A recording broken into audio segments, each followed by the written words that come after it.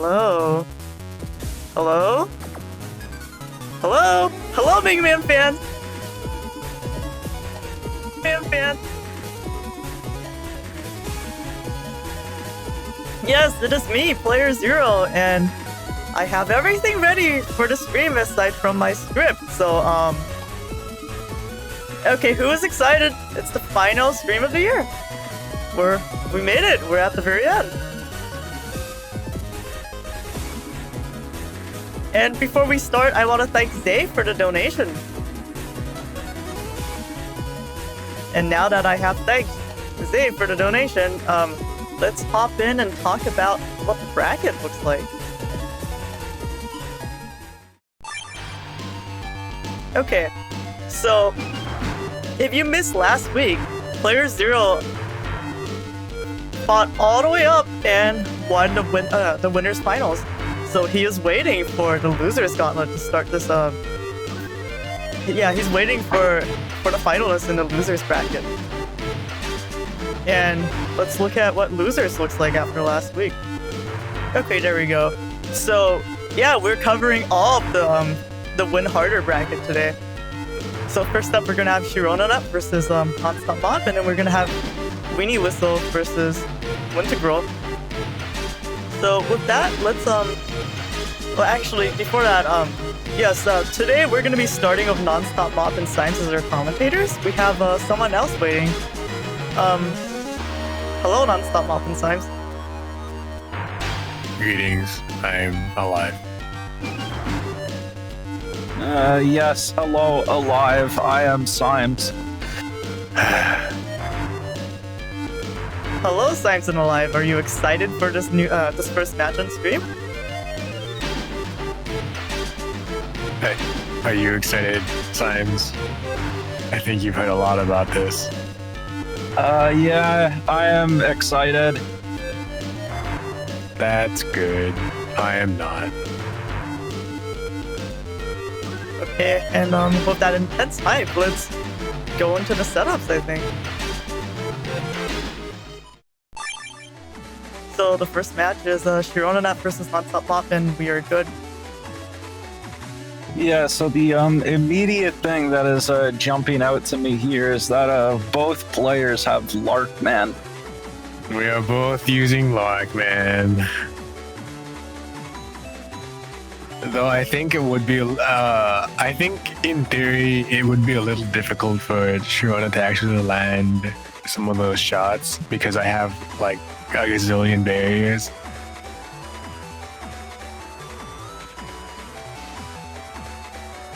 Yeah, you have a lot of barriers and the fast gauges. Meanwhile, we see ShironaNep has the single slow gauge, so having those double fast gauges versus just the one slow gauge gives you basically full control of the gauge war.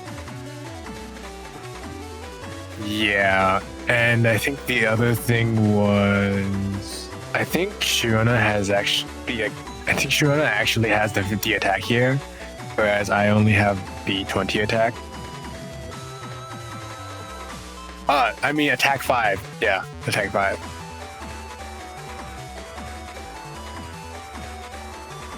Oh yeah, I didn't even notice that you only have the attack 2.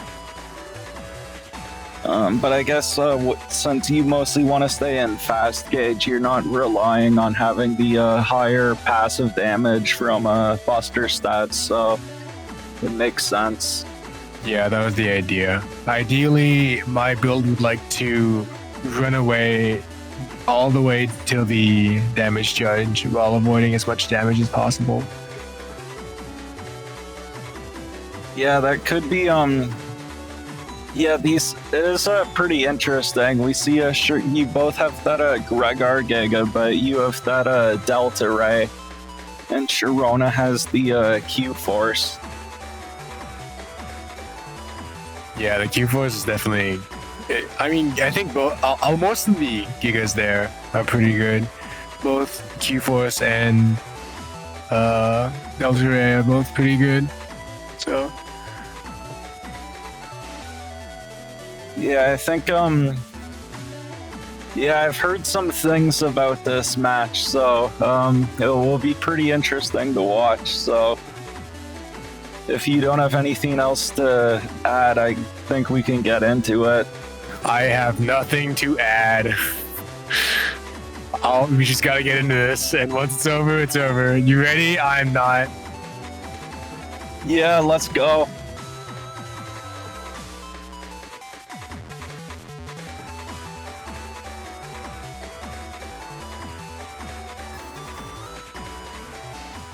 Oh, right. I forgot this was not my perspective.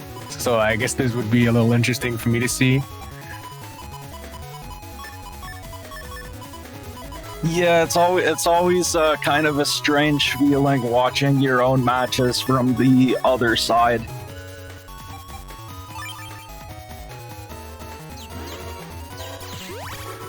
Wait, what was that? What was that mega chip there?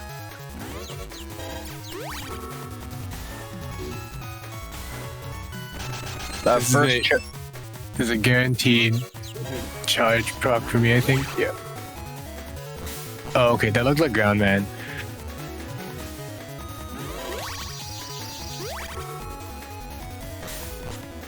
Oh wow, and Sharona already getting the full damage from the Gundel EX.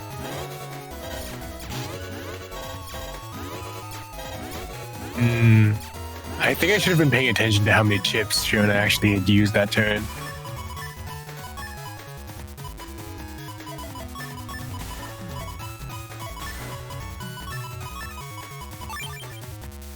Oh, interesting to go for the judgment afterwards. Yeah, I'm surprised they're not going for the static here to deal with this barrier.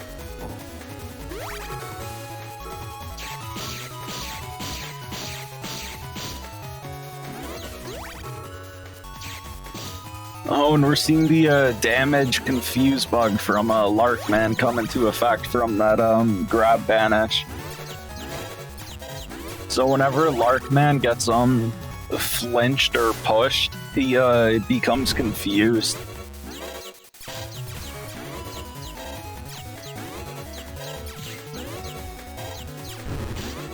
Oh yeah, when I stand still like that, that generally means I'm trying to pull out my anti-magic Navicust program there. Yeah, but the Larkman still deletes chips through that, right? Yes, that's correct. Same thing with anti-damage as well. Yeah, that's really dumb. I mean, oh, wow. ShironaNep brought the slow gauge. It's perfect for them.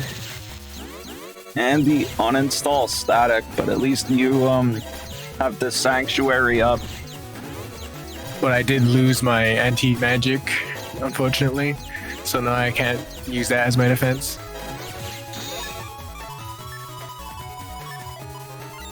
Well, and there is Q-Force in hand, but it looks like Shirona doesn't actually have any way of dealing with these holy panels this turn.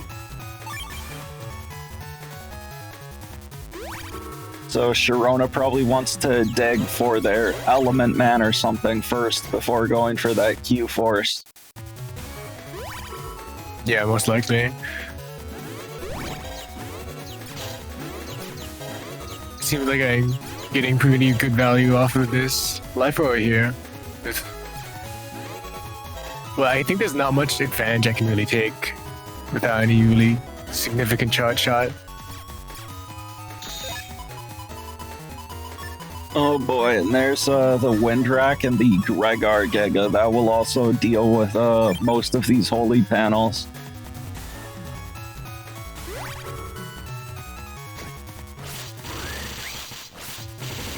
Oh yeah, I assumed that the first chip would be something like the Windrak or something, probably.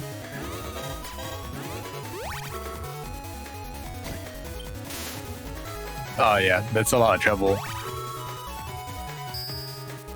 Oh, could have close to being able to delete that Gregar chip, but the damage gets blocked, but removing that barrier, most of those holy panels and the anti-damage was still good value.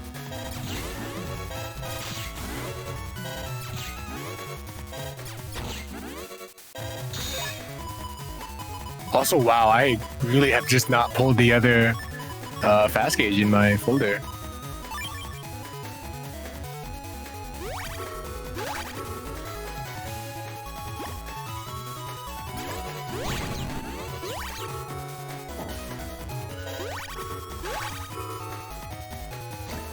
Ooh, that was a really good judgment too.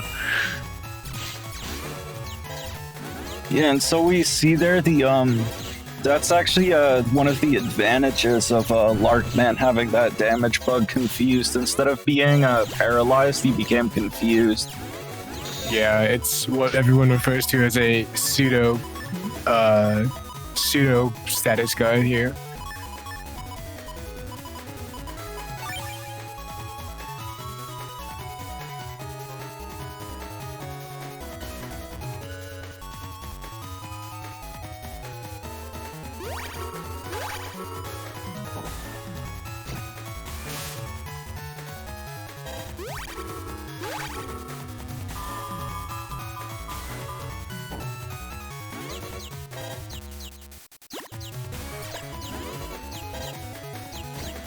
And yeah, this is pretty rough still just being in a slow gauge for so long. That worked out extremely well for Sharona using their slow gauge on the same turn after you used your first fast gauge. Yeah, it really did. And I think a lot of my chips have actually just been missing as well.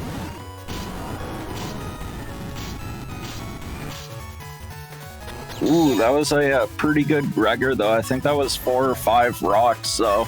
I believe 4, but I could be wrong. And yeah, but suddenly the HP is now much closer, but ooh, Shirona just... and there's that second fast gauge. Looks like I brought B code this turn. Oh, no! Oh, the miss! Oh, that was huge. That could have been 400. that could have been 400 damage. Yeah. On that bubble wrap.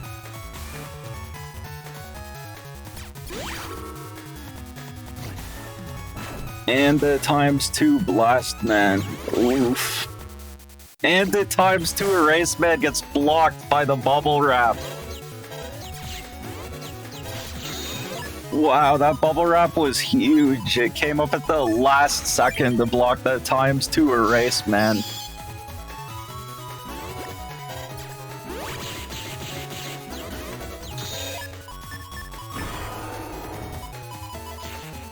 Oh boy, but there it is. There is the Q force.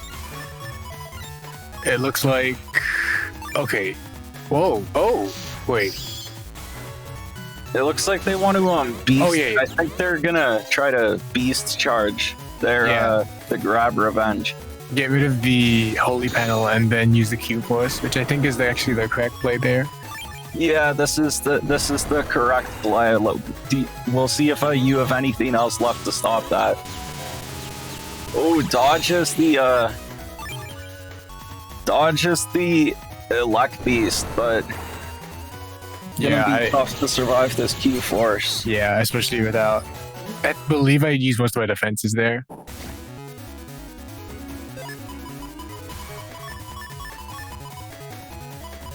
Uninstall first turn.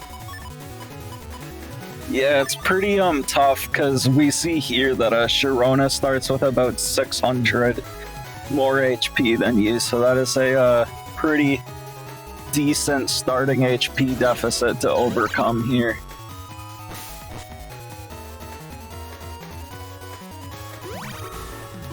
Barrier 200. I specifically pulled up the Barrier 200 here to bait out the regged static here that's in Shiriona's folder. It's a good thing I used the anti-magic here to dodge the stat.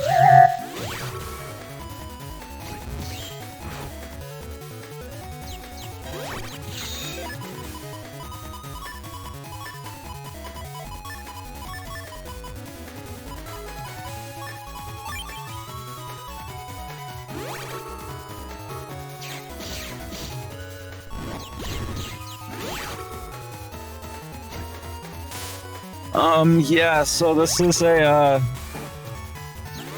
we all just saw what happened there on that static. That was very unfortunate.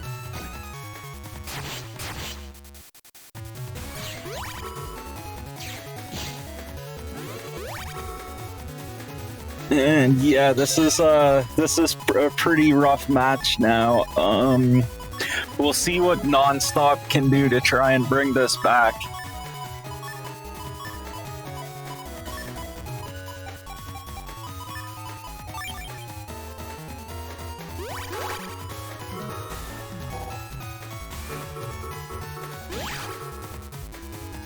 But yeah, it seems like my co-caster has suddenly went missing. So I guess that last play just banished him to the to Merkland or something. So that's pretty rough. And they're both just gonna delete all the chips from these boulders. And ooh no, the Delta Ray gets blocked. I wonder what chips those boulders have that are being deleted.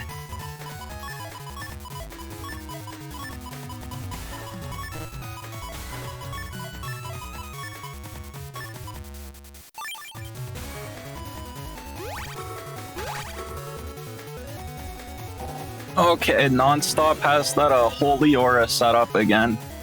×2 on the Erase Man SP would actually break the Holy Aura. And these, but the Nonstop still had beat. And being able to hide behind these boulders to prevent your chips from being deleted is actually pretty funny on both sides.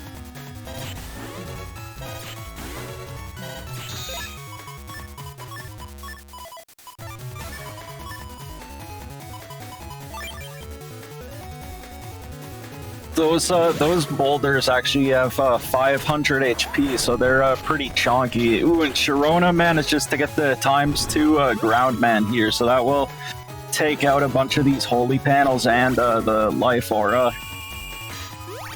No, the rocks have 500. Maybe like other objects, they were nerfed in 6, but in BN5, the boulders survived a dark sword before, so at least in that game, they had more than 400.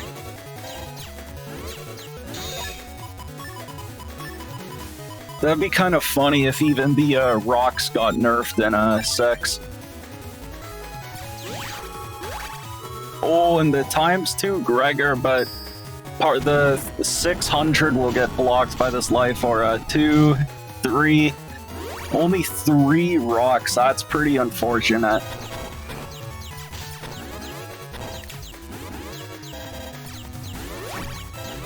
No, it's the 3 rocks on the ×2 when the first hit gets blocked isn't great, especially in a situation like this, but now those rocks are finally gone thanks to the yeah, double rocks is better than double beast.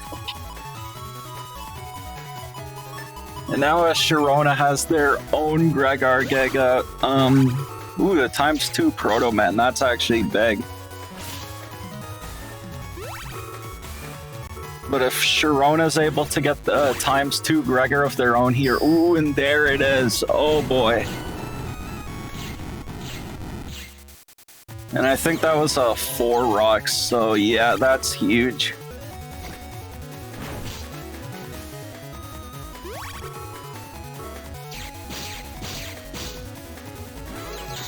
But the HP here is actually pretty even. It's still about only a 100 HP difference here, so that's not actually too bad. But ooh, this wood dragon with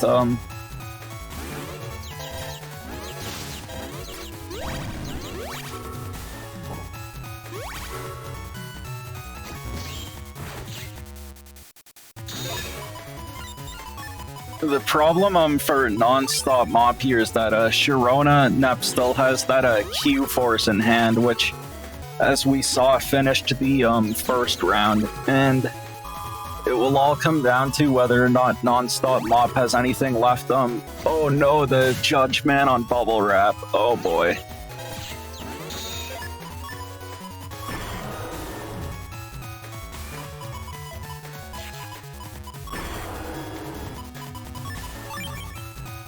Oh, and not even going for the Q Force, you're just going for the Double Beast.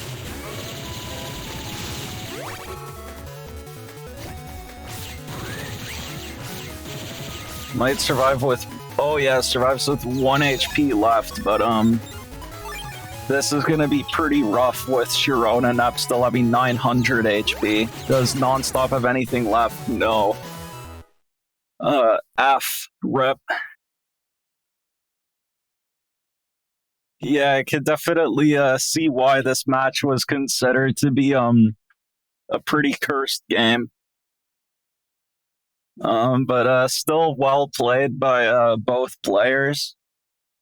That second round was just very cursed with those boulders and that static play, so I think if a couple of things had gone a little bit differently for Nonstopmop, we probably could have seen this go into a third round, but still well played by both players, and ShironaNep moves on with their Magic Man chip delete Larkman setup.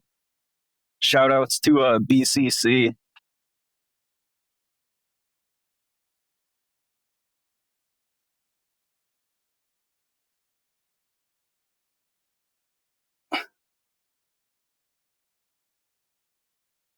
And yeah, so I think ShironaNep will be moving on.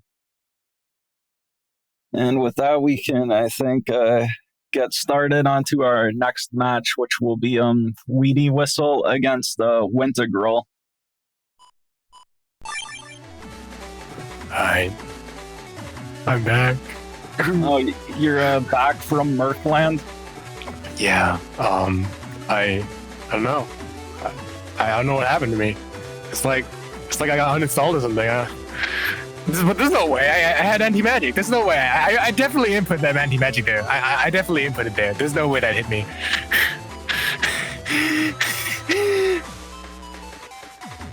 Yeah, I mean, that was pretty funny. That was almost as funny as my match versus playerzero from last week.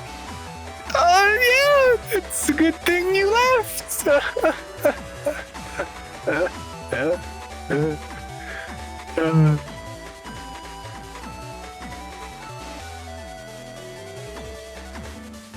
Bro, how about those setups? It looks like WeenieWhistle's bringing that Dark Mega. Yeah, so we saw last week Dark Mega kind of getting bullied by the double push buster. So hopefully this matchup won't be quite so bad for the poor Dark Mega. Instead of the double push buster, we see the Dark Mega going up against this Tank Man setup that Wintegral has. I think Windrack Charge Shot is actually a pretty bad matchup for Dark Mega, to be quite honest. Yeah, I think so as well, because it can just push Dark Mega back. It charges much faster than the Dark Sword. So just to quickly explain what it is actually for people who might not have seen it before. Dark Mega uses all 80 MB, but it makes your charge shot into a 400 damage Dark Sword. So Dark Mega is really like the glass cannon of the format. Like, he can do a lot of damage when he gets set up, but he doesn't have any chip heal or anything, so he's also very frail. And it can be pretty tough to get the Dark Sword set up in some matchups, like against this Tengu man. Dark Mega also doesn't come with chip recovery like most other builds in mod cards. So when Symes says glass cannon, it's really a glass cannon.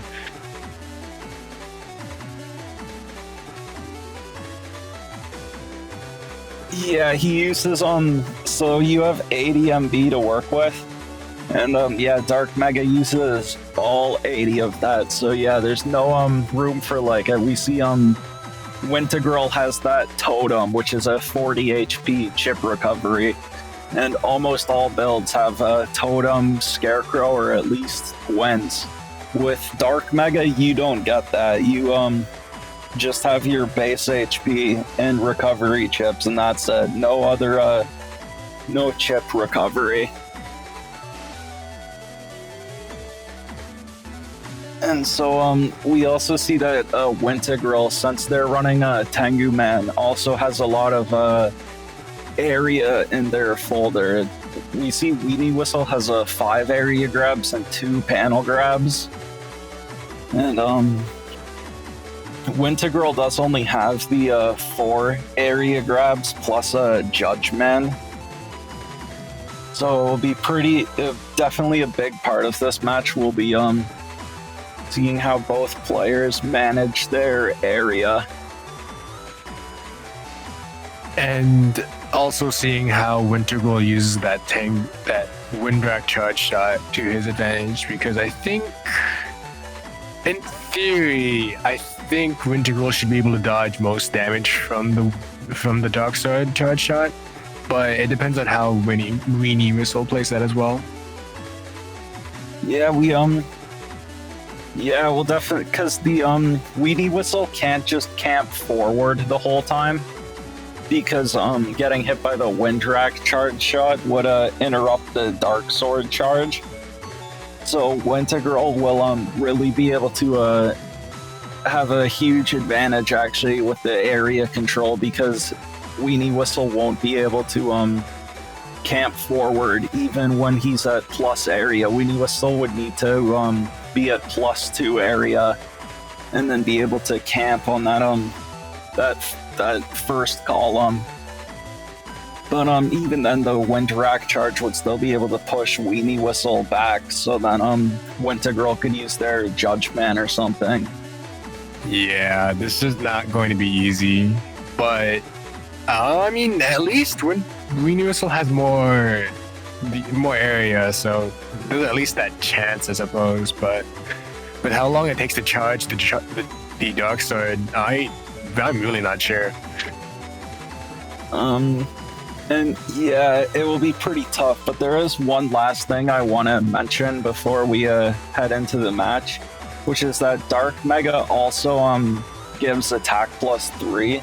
So even though it looks like WeenieWhistle only has that attack +1, their attack stat, thanks to the Dark Mega, is actually attack 5. So we might also see WeenieWhistle going for some Gregor crosses instead of just going for that Dark Sword charge shot. Yeah, that sounds about right. And if anything, that might be the first thing WeenieWhistle does if he decides, oh, Dark Mega not working here. And I think that's about it, honestly, for me. So yeah, I think we could probably get into the match and we'll see what happens.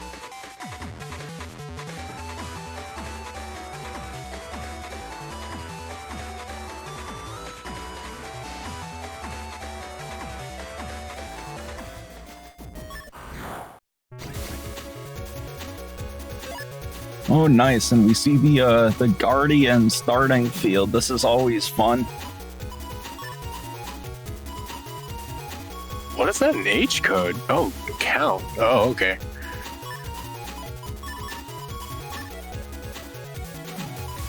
It looks like a Wintegral got uninstalled first turn. Oh no. That charge shot's not gonna land. Not at least not for this round.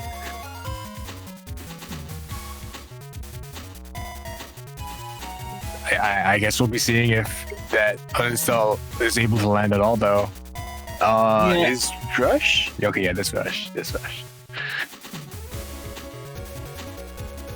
Yeah, both players have a Rush in their cust, so... The thing is, the Windbreak charge, when it hits, has the drag effect, so even without the uninstall, it would still interrupt the Dark Sword. And we see both players going for a slow gauge here. Wow. Interesting play. Also, wow, that invincibility really came in handy.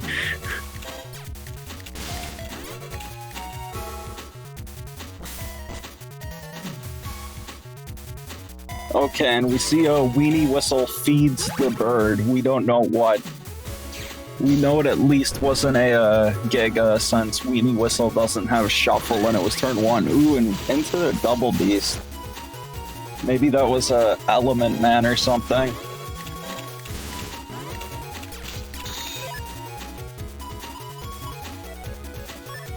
Yeah, Wintegral has no Sanctuary or anything, so feeding Element Man to beat would probably be fine. Oh yeah. Then for sure, if that's what WeenieWhistle chose, that would be a good decision. But I guess we will see.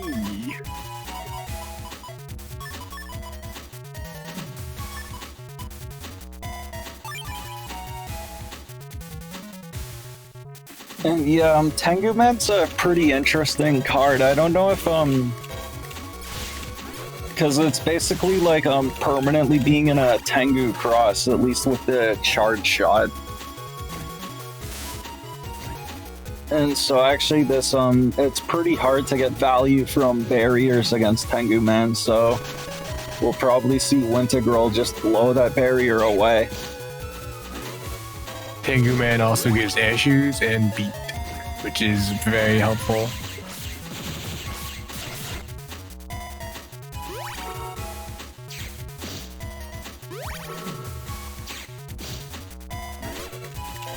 And so that first area grab from WeenieWhistle was huge because that prevented a Wintegral from being able to get the full column lock set up with the Windrack charge.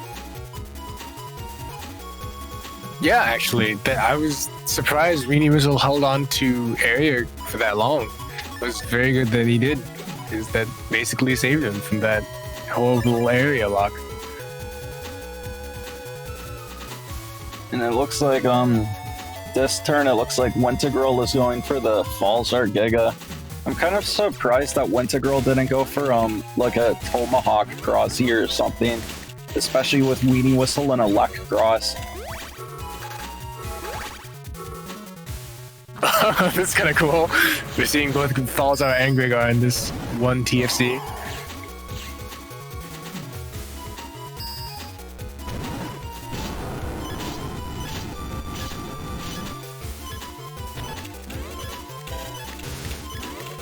I think this is actually anybody's game now. Oh wow, Wintegral getting all these that was very clutch to dodge every single one of those charge shots. Otherwise, Wintegral would have only had 1 HP back in Cust, and now they made it back, and they can go from this Erase Man into Count SP, which I think would actually be enough to finish the game. We'll see if WeenieWhistle has anything to finish off Wintegral or any of their own defense. I don't believe. Wow. I wonder why that missed, actually. I feel like that was a get. Oh, no. Oh, the ×2 TFC. Oh. The needle things didn't come out of the ground, or whatever those were. That only happens when you're on a normal panel. What do you mean normal? Like just a normal, like a regular panel. Oh wow, down to 1 HP and Wintegral finishes it off with a Buster shot. That was actually pretty amazing. That was some. If only WeenieWhistle had gotten that last hit on the previous turn, that might have been pretty different. Well, close to different. But yeah, on the count chip, the extra attack only happens on a normal, the completely normal panels. So it doesn't happen on grass panels. It doesn't happen on cracks or holy panels or poison. It only happens on just the basic null panels. I never knew that. That's really weird. Yeah, that's actually why I'm kind of surprised that Wintegral didn't bring Heatman SP, because it actually goes very well with count in H code. Oh, pushing the rock back, that's funny because oh, I've seen this before. Because especially with humor, you can set up grass for the Heatman, and then go for the Heatman on grass to do over 1,000 damage. And then the Heatman will also remove most of the grass, so then you can get that the extra hit from count at the end.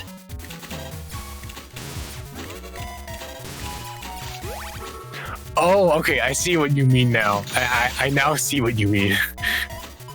Cause okay, yeah.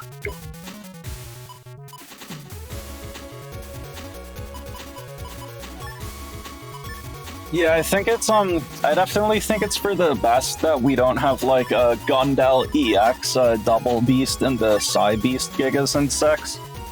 But I think if we had like the other Boktai chips like Count, Django, and Otenko, I think those ones would have been fine. Oh yeah, for sure. I think like Otenko really doesn't really make too much of a. It's definitely, it would have been fine to have around. It wouldn't have caused much trouble. Well, Otenko can cause a lot of trouble with Kernel Force. Oh. Alright, never mind then.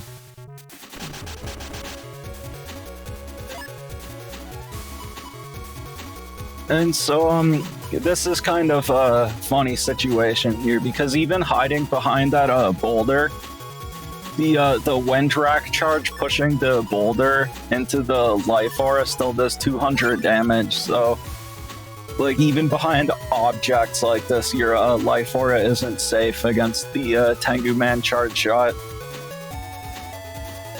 Well, if WeenieWhistle could take back the area, I guess, to push the... Yeah, okay, there you go. Oh no, the counter hit into the Oh, but it's gonna get interrupted by the grab banish into the area grab. Ooh, I really like this play from Weenie.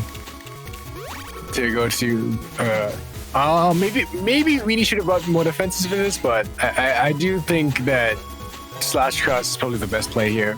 Oh, right, I forgot about that. Never mind. Yeah, using the secondary grab right away was a mistake. If WeenieWhistle had waited to use that secondary grab, then they could have just gone for it after that Judge Man. But I'm sure WeenieWhistle wasn't expecting Wintegral to have a Judge Man on that turn, so. Yeah, and it is the only Judge Man that Wintegral has, so it probably was a pretty low chance. And yeah, that also means that WeenieWhistle is now free to use the rest of their own area grabs. Okay, so WeenieWhistle is not playing Cold Force, so I actually a little... I wonder why WeenieWhistle decided to Beast here. Yeah, especially when especially in SoulXCross. If they had gone for a race or something first, that would have although I guess going for a race against the Tengu Man's kind of spooky. Oh. Oh, why are you going forwards?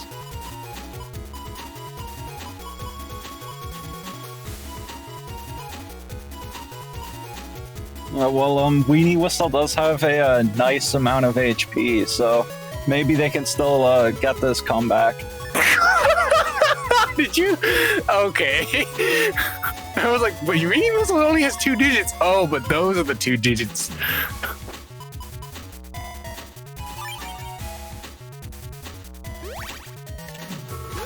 Okay, and WeenieWhistle still has recoveries here, so... Yeah, I'm kind of surprised that they're staying in SoulXCross here, though, instead of going for like a race beast or even like elect beast. Although I guess WeenieWhistle already used their elect cross, but then you used to go for heat beast or something. Just staying in slash beast is kind of an interesting play. Huh. Well, I think Wintegral should have the tools to finish this, I think. I wonder where that other recovery is from WeenieWhistle. Yeah, it is pretty rough against Tengu Man, because normally a Life Aura can buy you up to at least a full turn. But not against this Tengu Man here. It's really hard to get a lot of Life Aura. Oh, that's one of the main things that I think makes Tengu Man scary. And still staying in Slash Beast instead of going for Heat or Erase.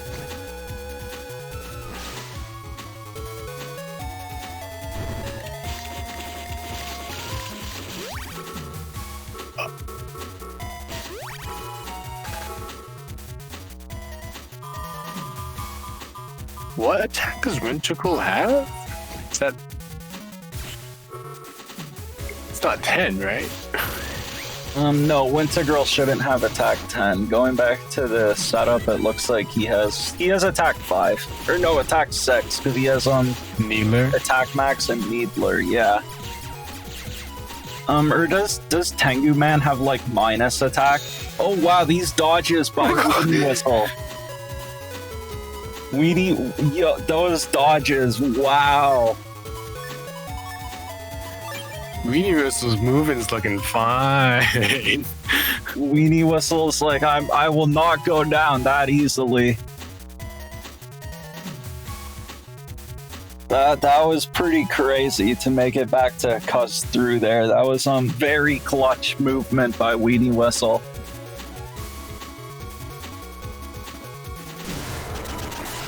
Oh, but the beast over here.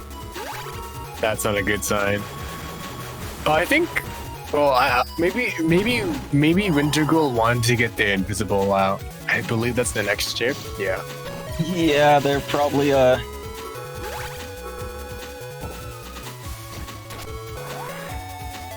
G code.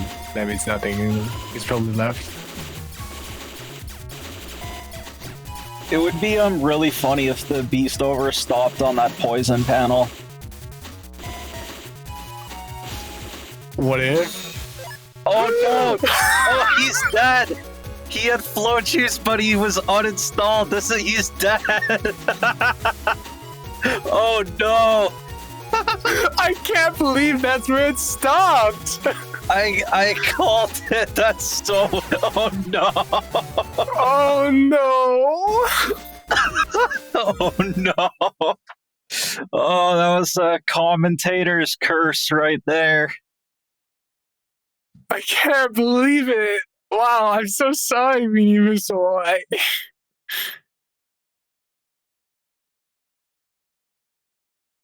Yeah, I said it would be funny if it happened, but I didn't think that was actually what was gonna happen. Oh no. Poor WeenieWhistle.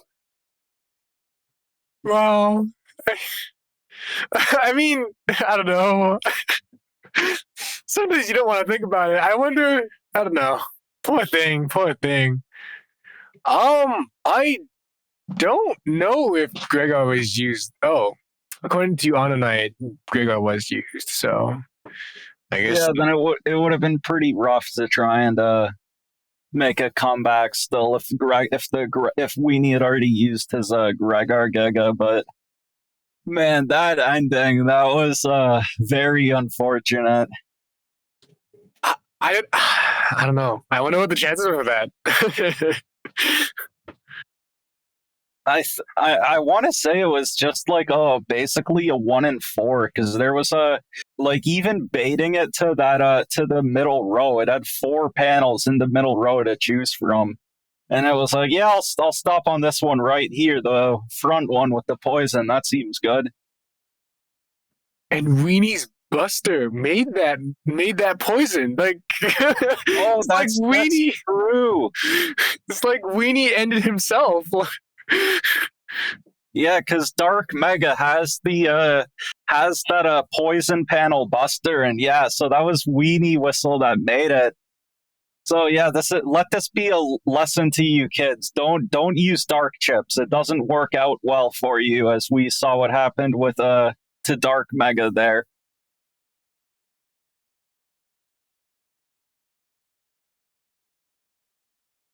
And yeah, so Wintegral will be moving on. And yeah, our hero WeenieWhistle with the Dark Mega is unfortunately out, but that was still that first round. That was very doable, coming down to just 1 HP, and then that second round with the poison panel. Poor thing. Poor thing. Okay, and so we actually have some donations to shout out. So we have a first donation from Zay, Christmas hype. Zay is back to being the guy who donates every single stream. So thank you for that. We have a donation from I think, I'm not really sure how to pronounce this one. Olex or but Olex $30 and says bird fight. And so yeah, we definitely saw some that was definitely a bird fight, I think, going back to the Larkman near. And finally we have a donation from Pax and Arian, which is it's Pax, expect a monthly soon TM. And so thank you for that. That would be much appreciated.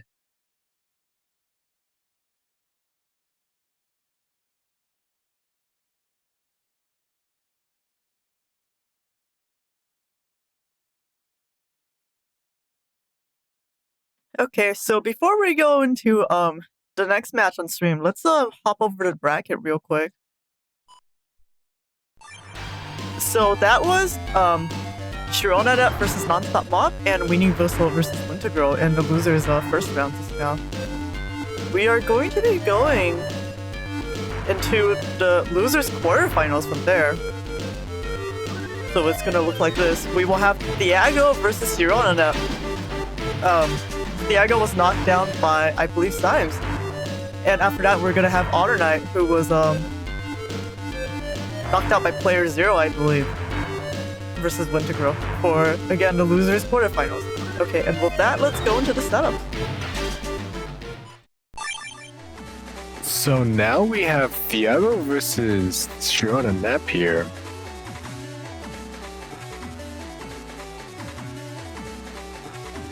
I think ShironaNep may want to decide to not actually use that slow gauge that they have. Because Thiago is basically betting on the opponent using their slow gauge in order to gain his own advantage there. Yeah, it was pretty rough, actually, for my matchup against Thiago, because I have Jelly, which automatically sets it to slow gauge.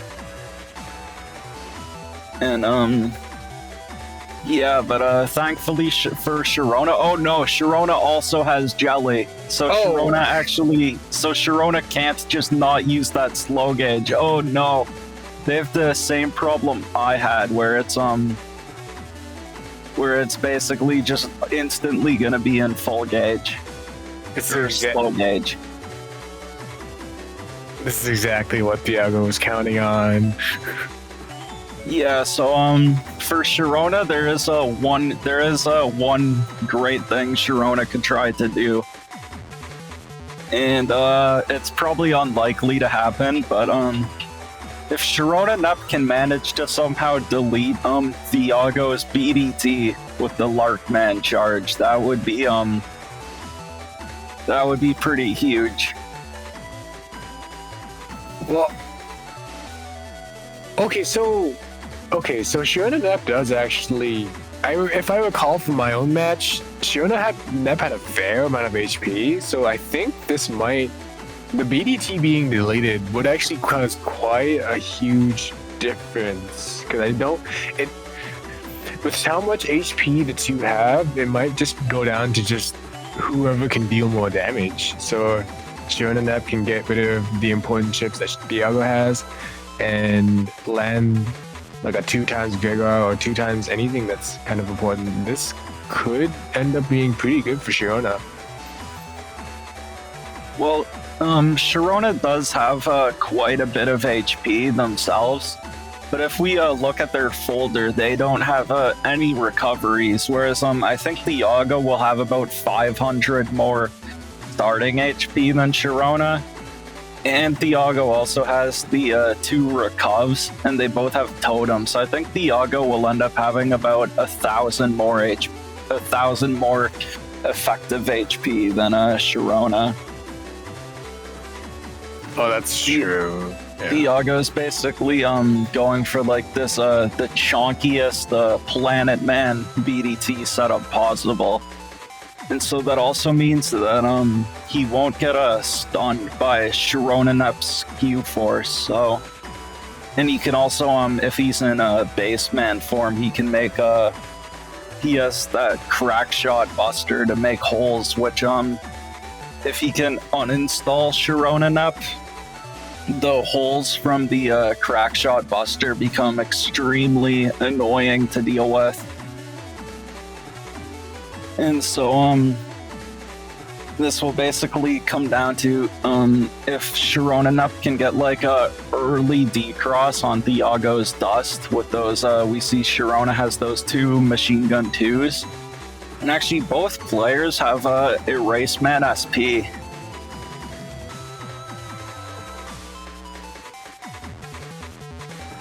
And so if Shirona can get their Erase Man SP on Thiago's Dust Cross, that would be huge. Oh yeah, I actually didn't think about that. So there's a lot of opportunity for Dust Cross to get removed here.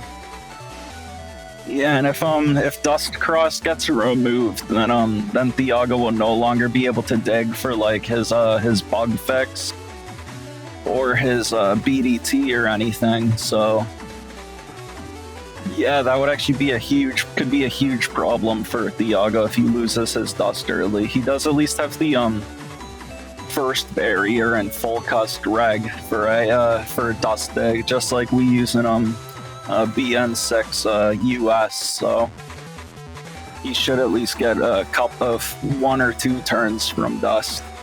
And I think with that, we can probably get into the match.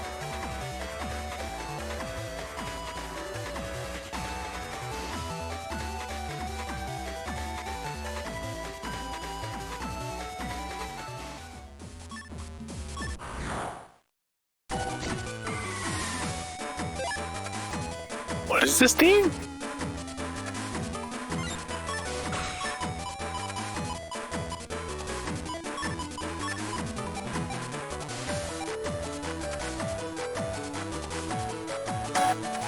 Oh, this is aquarium comp. Well then, I haven't heard this in a gazillion years. Oh yeah. So even without the sound patch, we can still use cheats to use to have different music from BN6.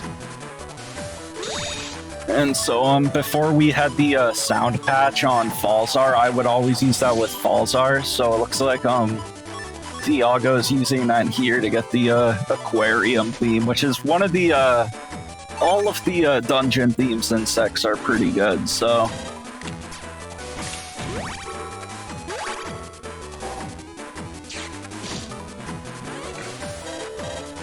I was playing this. Oh, ShironaNep was invincible that entire time.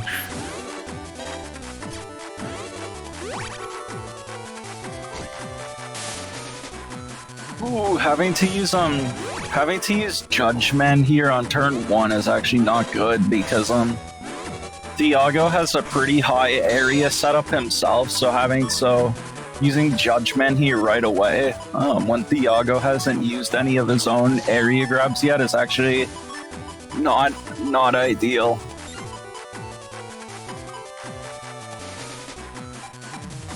Looks like Thiago's just gonna try and land that knock on ASAP. Oh! I can't believe that was dodged in that fashion. Yeah, I think I would imagine that this match was probably played at like 50% speed or something, so... Oh, right. Thiago's in South America, or was it Brazil? One of those two. Yeah, he's in Brazil. Okay. And Shirona, I think, is in Southeast Asia, so this definitely is not the greatest connection.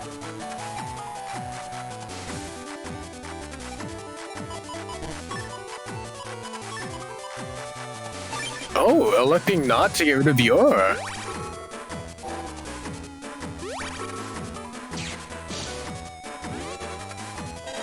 Maybe the mindset was to try and... That was a nice dodge for the static. Yeah, I think Thiago really just wants to protect Dust until he can get his BDT up. And yeah, and that was a pretty nice static dodge. Oh, and we see WeenieWhistle in chat now. After that, the ending to his match earlier. Poor thing. Poor thing. We all saw what happened to you, WeenieWhistle. We all saw. Oh wow, and I'm kind of surprised though that now that he has the BDT, I'm surprised that Thiago didn't go into Tengu Cross there to remove that life aura.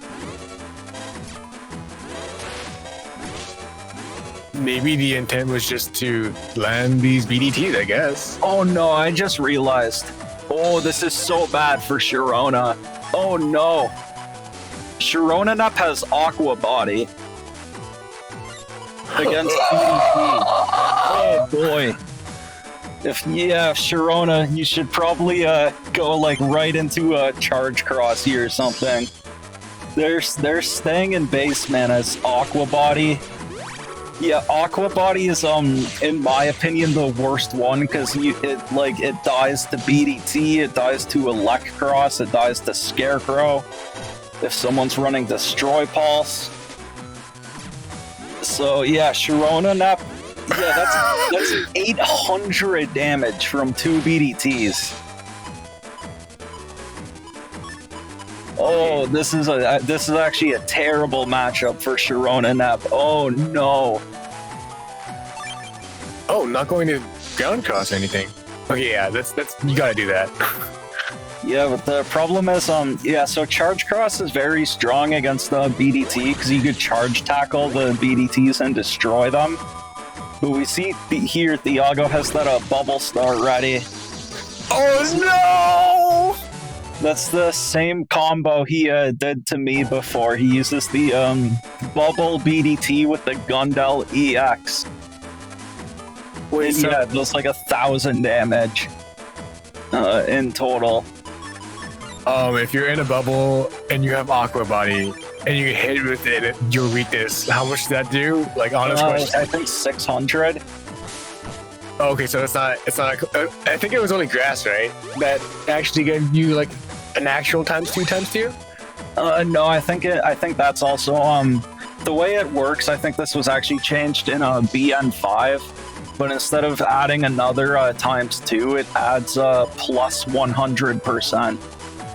So instead of adding a ×2 on top of the 400 to make it 800, it adds another plus 100% BDT damage, which is 200.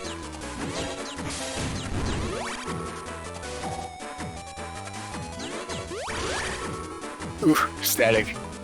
It's probably from that.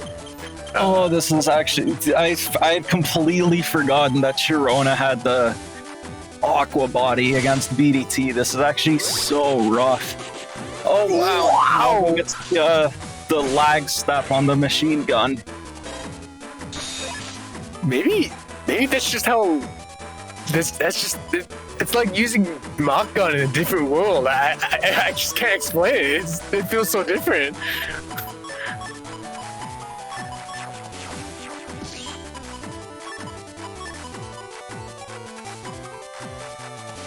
Okay, and we see him going for the life aura play again to protect his dust. The ShironaNep already used their own static, so that will be pretty rough to deal with Thiago's life aura unless they draw one of their wind racks here.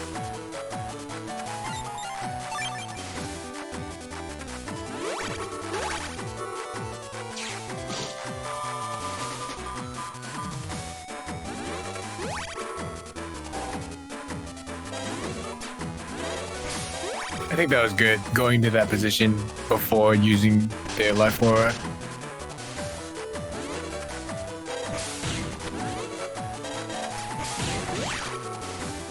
Ooh. Wait, Shirona has emotion bug, right? Oh. I think Shirona got anger from Thiago's rush. Yeah, okay.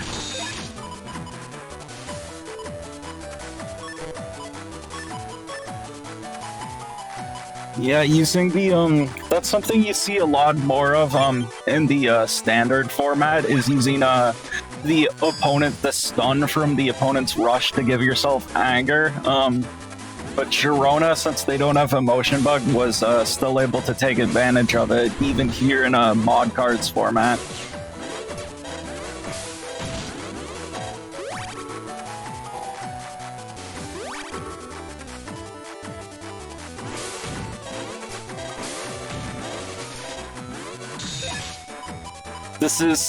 I just can't get over how rough it is going against BDT with a...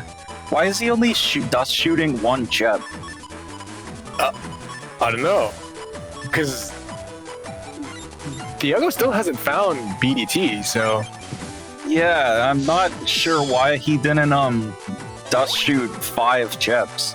Though I guess crossing out of dust into Tengu worked out for him against this erase man.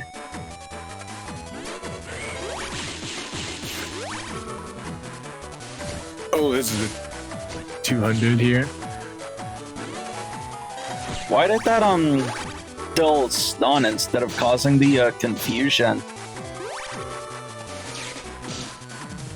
What? Because ShironaNep is uninstalled now, and has Larkman, so shouldn't the confusion from the damage bug have overridden the paralysis there from Judgment? Okay, that's a... What? Oh, what was the... Okay, maybe the uninstall didn't land? Did it land? Did it? Yeah, the essence of the N1 GP in chat is saying maybe it was because they were still in the middle of being flinched from the uninstall. But that's really weird. Yeah, I don't think I completely understand what causes the like specifically what situations give you the pseudo status guard. Yeah, I'm not really... Yeah, it seems kind of inconsistent sometimes, so...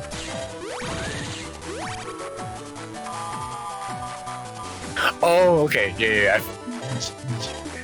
Thiago needed to use that bug fix after the stag there. Oh, and there goes the Q-Force, but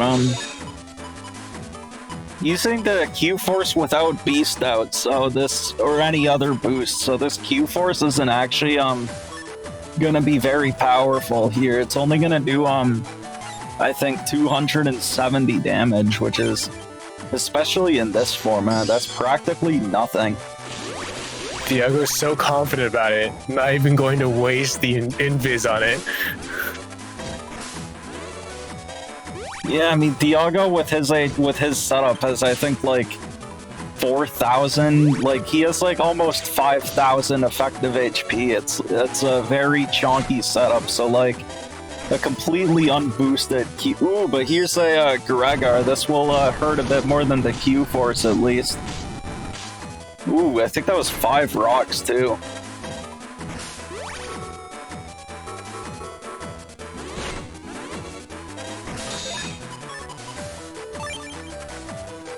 And yeah, Thiago's not even bothering with going for the BDT here. Oh, that's it. Rip. Oh, yeah. Shirona should definitely... Well, actually, I don't know about definitely.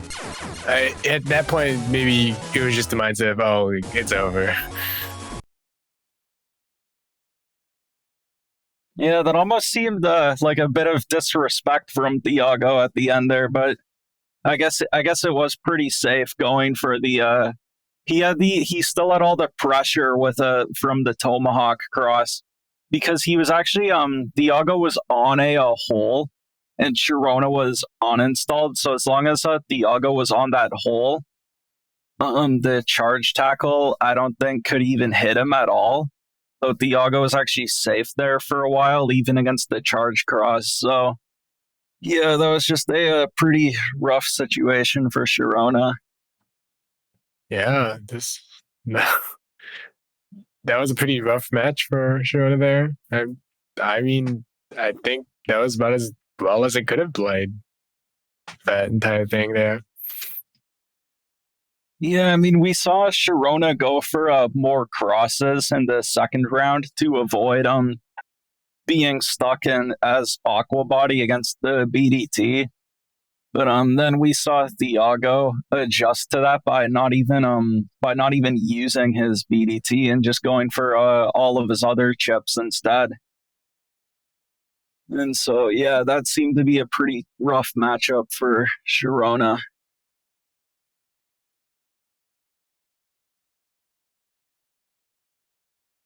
And so that will actually be it for me on commentary today. I think Soul will be jumping on now instead. It was nice having you around, Symes. Thanks for watching my horrible time. Yeah, it was those first couple matches especially were pretty fun. That your cursed match against Shirona, and then also that WeenieWhistle against the Wintegral match with the that poison panel at the end. So I'm definitely glad I was here for those. And yeah, thanks for having me on commentary again. It's always fun with the N1GP. Bye. Bye, Symes. Thank you for joining us. Bye. And thank you for solo casting after I'm not sure what happened in Nonstopmop in the first set, but he got sent to Merkland. Oh no. I don't know what He happened. didn't even either. get stuck in the tubes. He just went straight down.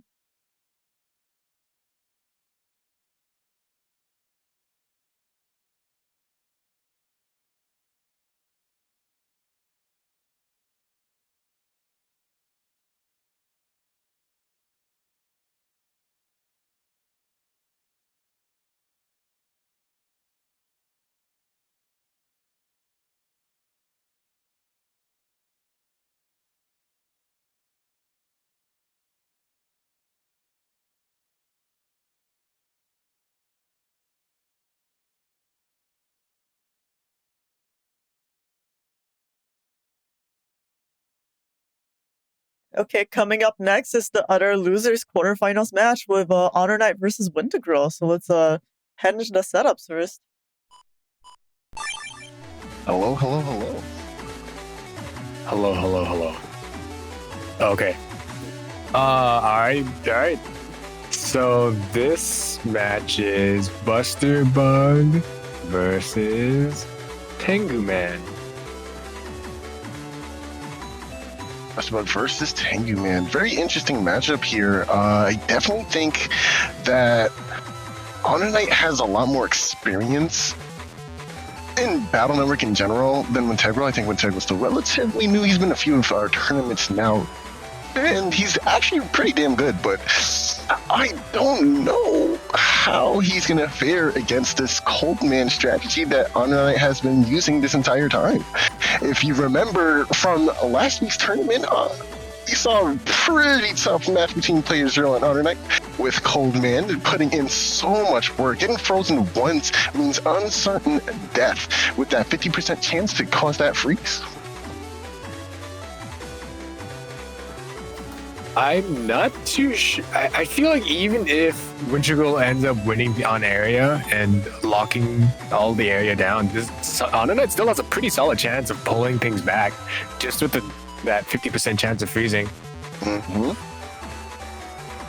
There is, however, some great benefit to this Tengu, of course, as you said, since you can easily lock down some area after a couple of charge shots and just straight up go for a roll lock there and go for those tanky charge shots, it's a lot of damage. It doesn't even flinch or flash, so it's gonna put HonorNite in a tough spot if they get grabbed up to the back row. And seeing that there are no area grabs of his own, it could easily happen for at least a round or even two. However, to combat that, HonorNite does have things like Grab Revenge and Judgment SP, so there will be ways for him to possibly retain that area or get it back in some sort of way.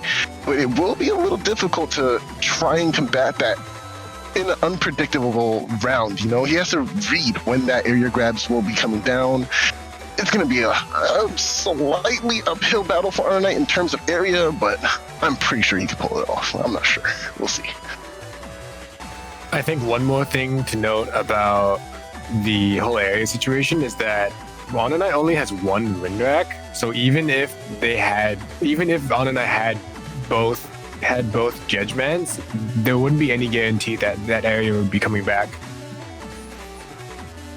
Yeah, and you know, being able to grab back that space by pushing your opponent back is huge. That's why Grab Revenge is so good, because it does give you that initial push that you needed, unlike in the older games.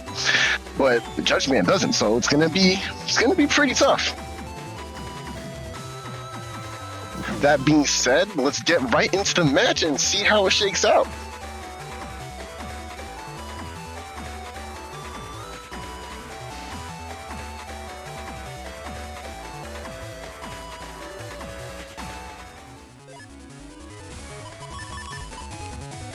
All right, you know, before we even start, I've been gone for such a long time, man, and I just gotta say, the rumors of my demise have been greatly exaggerated, and I'm glad to be back. It's good to have you back. It felt so lonely without you around.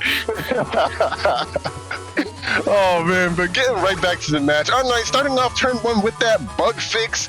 I guess it really is the testament of how powerful you are if you can open turn one bug fix release, consistently. It is a cheat code. You have to know the secret cheat code to use it. Oh, nice. Using the Tengu charge shot to put that boulder in the back row, that's definitely going to hinder some movement here. Bro, hold on. Well, what's the purpose of going for Honey Bomber behind a rock?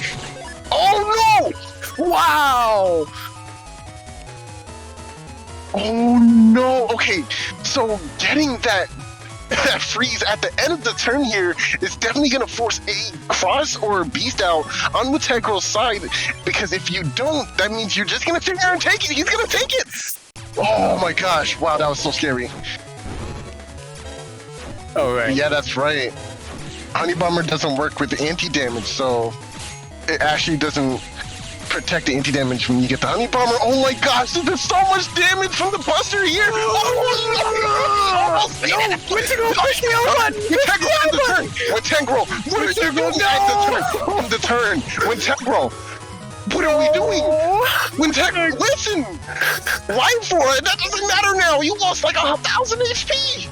What is happening? I'm perplexed. What just happened? Okay. What, huh? Wintegral, please remember this. Don't. If you're hearing this, please don't do that again. On our button. When you're in a position like that, press that button. It is your safety net. It's like the bell at the end of a boxing round. You want to get the hell out of there. Get that bell, please. That's exactly what that is. It's like if the referee just forgot to end the match or something. Just imagine. Oh my gosh, dude, what? And now you lost the life orb. Okay. Got some HP back here, which is really nice, but having to exhaust those recovered 300 so early, it's only turn 3. Oh man, that was crazy.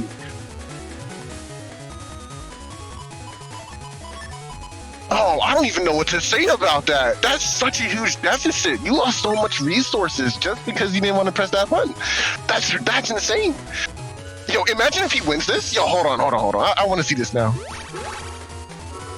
HonorNite going into Dust, trying to get this back B in order to free up movement here. Really good decision, because he did end up losing out on all this area. This is the position Wintegral's been looking for. Life Orb is in hand, Oh no, but the Otenku! Oh, it gets stepped under. No, not like this. Oh, there's the freeze buster. There it is. Doesn't matter. I'm just gonna put it off. There you go. Bye. Oh, and the frame trap. He's coming down into an erase man. Oh my goodness. Oh no. Yeah, might as well go for. I don't see why not go for the double beast in this position. Right after the erase man, actually, is when I would take it. Because he has to respect the erase man. Oh, okay. He's not in death range. That makes sense. Never mind then. I think that also just was a good timing to burn code Q. I mean W. Oh, I hate that bird! Oh my gosh! It beat, rearing its ugly head around. I did this and erased on the other side. Oh my goodness. That will get rid of the invisible, so. Oh no! Here we go. He's smashing so hard. Yo. I never want to fight this, Bill. I don't want to play against this. Nonstop, how did it feel playing against this in your rounds? Oh, that nice. I thought we had a pretty good round. I don't know about you. I didn't play, so. Oh, fair. Okay, yeah, that makes sense. That really did play out for you. Oh. It just goes to show you exactly what Nonstop was saying earlier, and the area doesn't really matter if I can clip you and you're frozen. I'm still gonna get my damage. Oh, what an insane build this is. He got turn 1 bug fix again! You see, this is what I'm talking about. This is a testament to how good you are at the game. Can you open turn 1 bug fix? Yes, you win. You win. Unless your opponent also opens it, then it's a fair game. That's how that works, right? I mean, I guess. Okay, this is actually really nice for Wintegral. Getting this turn 1 invincibility here is really good to help build that momentum. Gets the back row object as well, and now HonorNite cannot contest it or deal with it at all. He has to just leave it in his back row. The same goes for Wintegral here. That block's not going to be destroyed for a little while. Oh. Going for erase man, probably predicting the turn 1 dust there. Oh no. Oh. Okay, Aquaman makes it out. Excellent matching from Wintegral, able to get out of that freeze there and still get the Aquaman at the end of his turn. Wow, that was insane.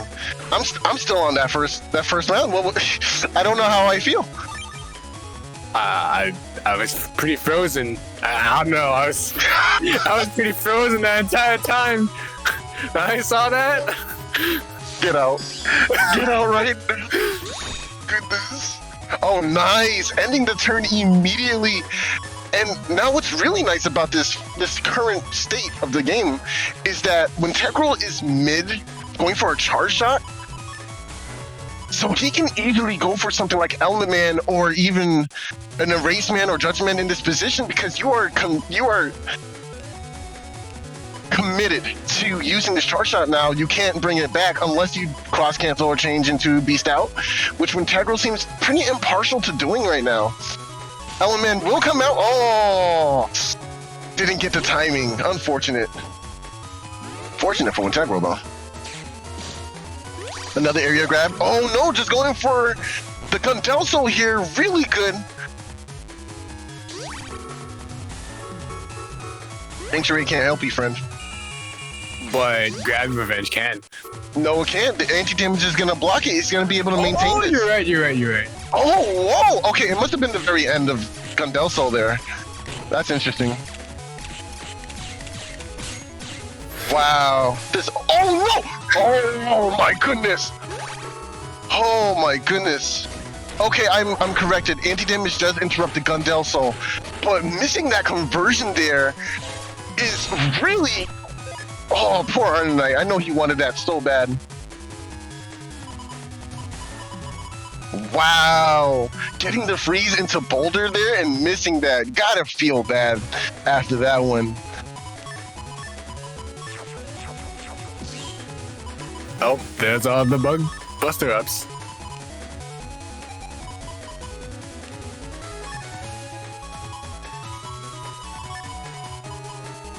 Now that all the Buster Bug ups are in hand, and actually ending this turn with a great damage source from Erase Man and Double Beast, this is amazing turn. Oh no! Please end the timeout on Erase Man. He's gonna be able to get double here. If he goes for it, go for it. Oh, he's not doing it. Integral, I'm sorry. I'm sorry, Integral. It's not your fault. It's not your fault. I mean, I don't know. That was it. That was it. It's not your fault. It's not your fault, Integral. It's okay. It was well played to both players. They both tried their best. Yeah, one just Did a little bit better. Just froze. Yeah, you go. Just one got caught frozen, then the other one didn't. honestly, okay, looking back at the match, when Wintegral played very well, the only thing I can see is that turn one or that first round just sitting there. I know he was defeated, bro. Like I can feel it in my soul that he was just like, dang, man, he's doing the thing. I can't stop this. I'm almost under the impression that Wintegral really wanted to get the value off of those chips. Well, I guess I can't say for sure, but that was definitely not the right play. I think Wintegral needed to just give up on being baseman for that turn. I think that's the hardest part about mod cards too. And there is some cheap stuff in this format, like Freeze Buster, like Larkman, that are kind of hard to deal with. But it's the small micromanagement steps that you can take that can make the whole outcome of the match a bit better in your favor, even when you're playing against builds like that. Obviously, there's Status Guard. You can always bring Status Guard, which is why Status Guard is so popular here when we play, especially because it just ignores these kinds of builds.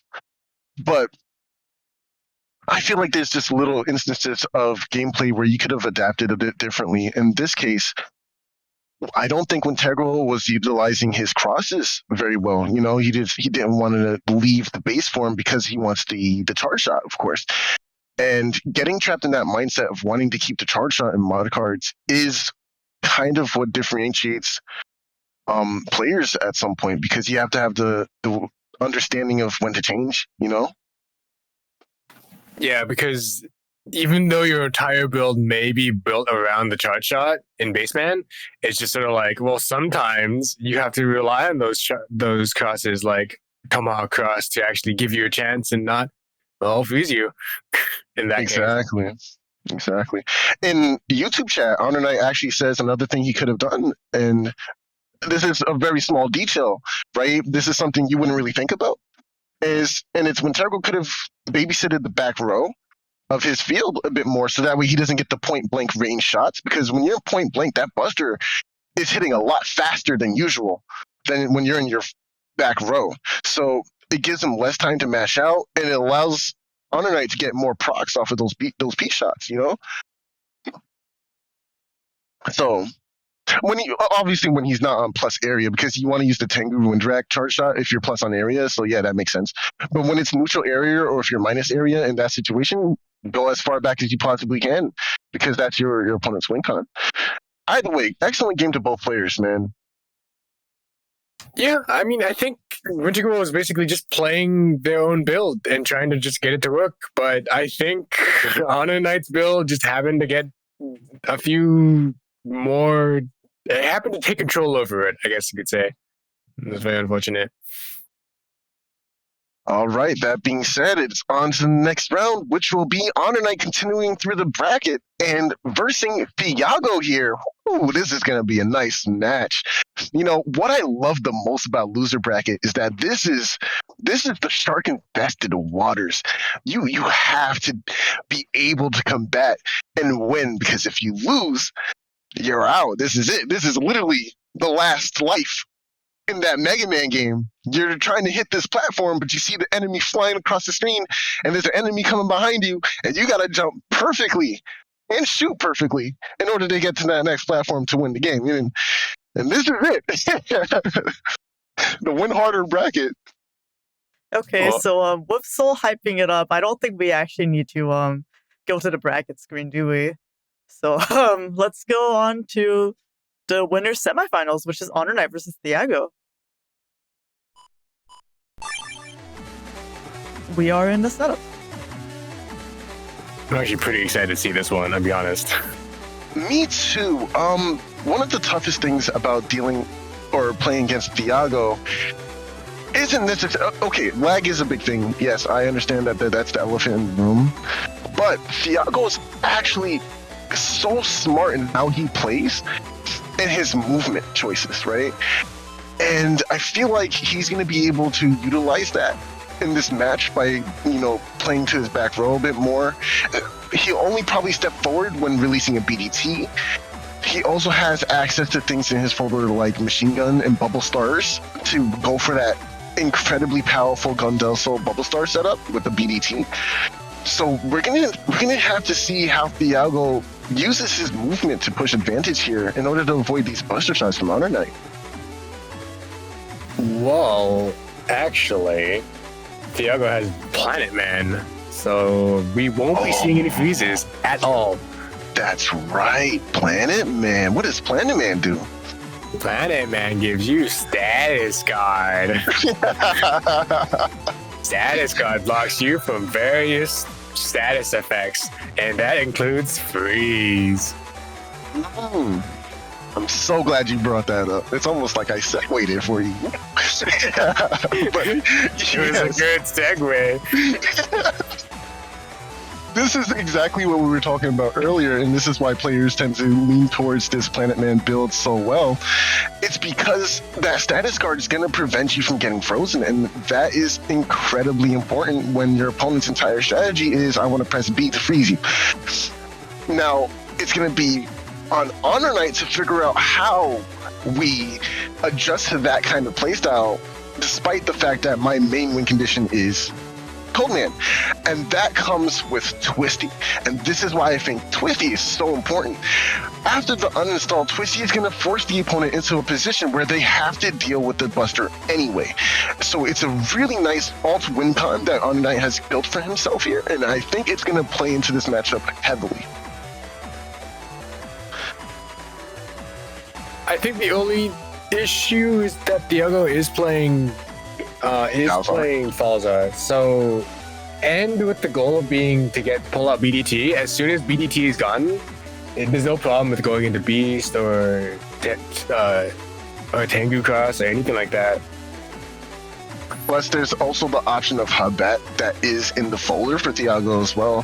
So trying to deny Hubbat is going to be incredibly hard, especially if Thiago would just bait beat or whatever the case. He doesn't really have to deal with that much. I don't even think HonorNite has beat here. So yeah, it's going to be really easy for Thiago to get that answer. But it all depends on when he gets that answer, right? I don't know. It's going to be interesting to see. Let's hop into the match and see what happens.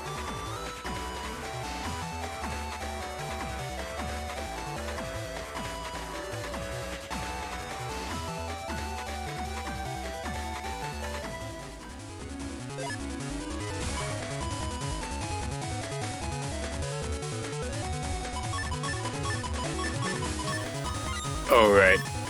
I think we forgot to mention the HP difference.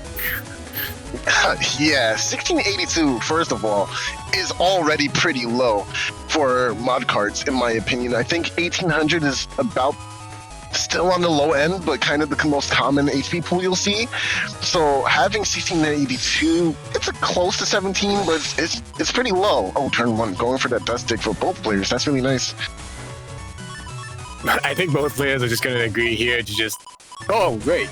HonorNite did not actually take the full cust here. No, actually, I think this is really smart. HonorNite, knowing that his opponent will be aggressively dust sticking for a BDT, he's gonna want to save this full cust for a much later round when he can use it to escape a hairy situation. Rush gonna be baited here, nicely done. HP barrier 200 gonna just ignore the paralysis as well. Two buster ups in the hole. I think this is a really good turn for HonorNite. But the life force is going to be problematic.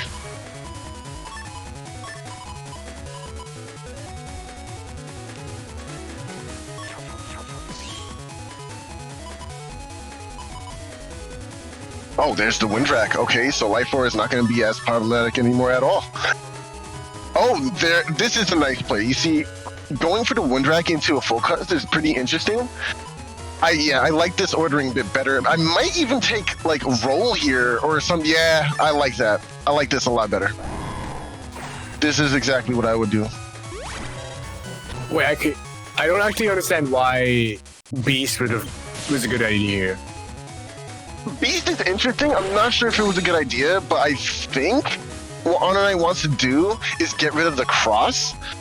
But I'm not sure why he wants to do that here. Maybe HonorNite can give us some insight into what that play was. Yeah, because as far as I know, you don't lose. You still have access to your. Oh wait, dude. Does HonorNite have shoes innately?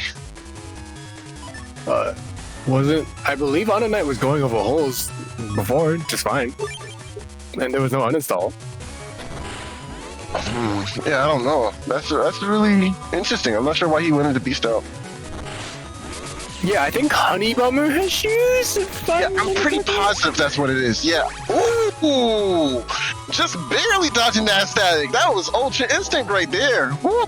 I bet that had to uninstall too. That's really unfortunate.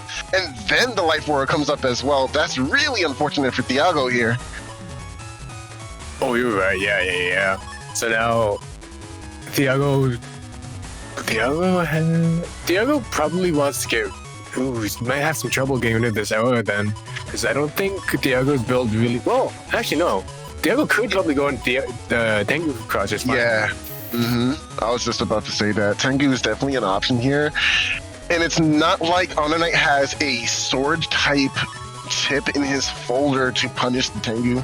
So going into Tengu is pretty safe for Thiago here. Nothing to really worry about. I do want to point out that it's really interesting that HonorNite went for R code here, trying to go for the recover from roll, as opposed to the typical G code that we see a lot of players play in this format. I really like it, especially since you can get rid of Tomahawks using with the Heat Dragons. But C code also has Heat Dragons, so I don't know. I'm not sure on the R code. It's interesting though. I at least like to change the pace because everyone and their mother probably goes for G code in this format, understandably so.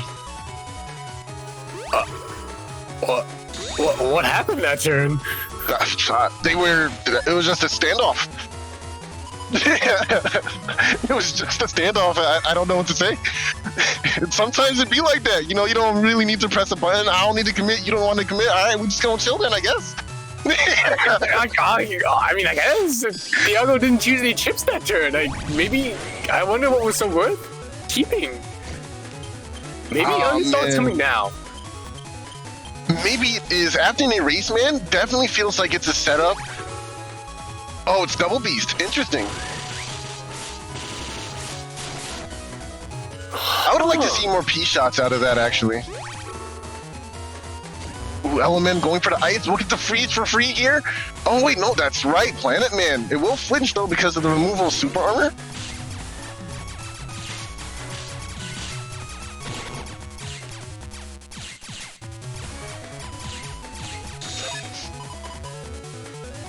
Now, what's really unfortunate is the former turn, Thiago didn't have the opportunity to go to his front row and use that Planet Man beep crash shot to get rid of the front row of holy panels, at least the entire front row.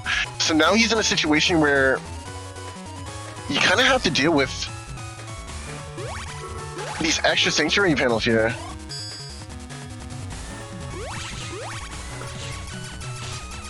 Oh, okay. So I think, judging by the J codes, I guess there wasn't much on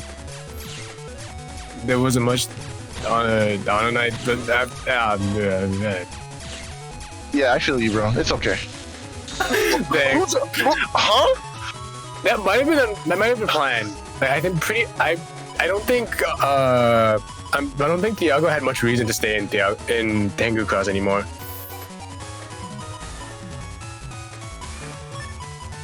How interesting. Okay, obviously maybe the D-Cross wasn't planned. It's not like you're gonna get any value of being a baseman as Thiago. But I definitely think going for the windbreak there was pretty smart. Gets rid of the anti-damage. I don't think Thiago has any attack investment. Yeah, there is no attack or Buster Bug in his build, so it's not like he was going to be able to. Oh, and there it is. BDT is now online.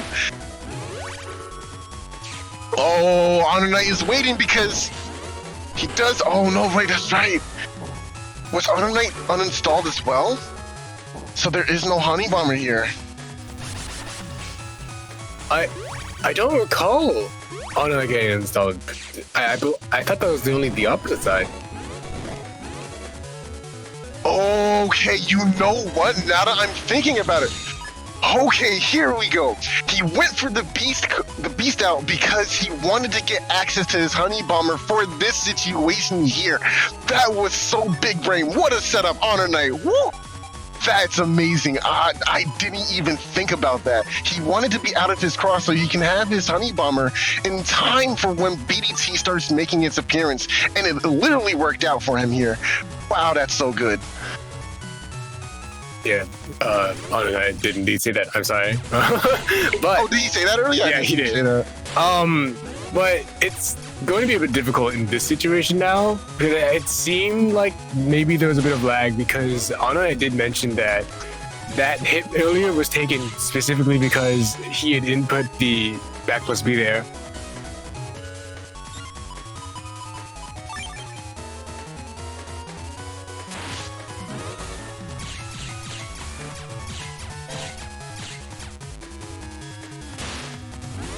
Honey Bomber got timed out just there.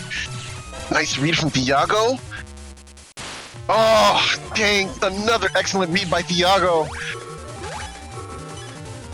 Yeah, it's very good decision making from Thiago to just wait because there's a lot of pressure from HonorNite to just make a decision there. Ooh, and the defense going away as well. Yeah, it seemed like just reacting. But I think it was the decision to just react that I think was very powerful.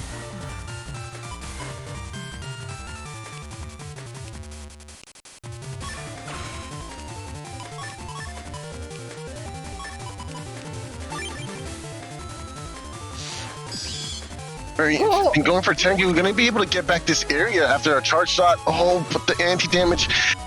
Oh, okay, nice. Using the Buster to get rid of the anti-damage there.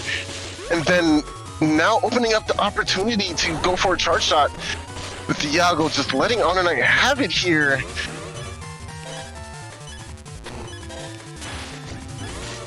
Because you're in a cross now, you don't have access to your back B. I mean, outside of... Wow.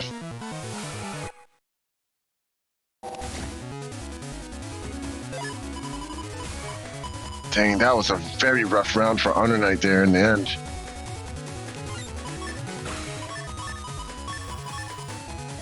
Yeah, I don't know if there was much HonorNite could really have done there. Going into a cross gets rid of your shield strategy. I think that entire situation ended up happening. Well, not the entire thing, but it caused a lot of problems that... The fact that HonorNite did not have the area to fight back with, I guess, or the area to fight back and the wind racks to take the area back with, I think it caused a lot of trouble.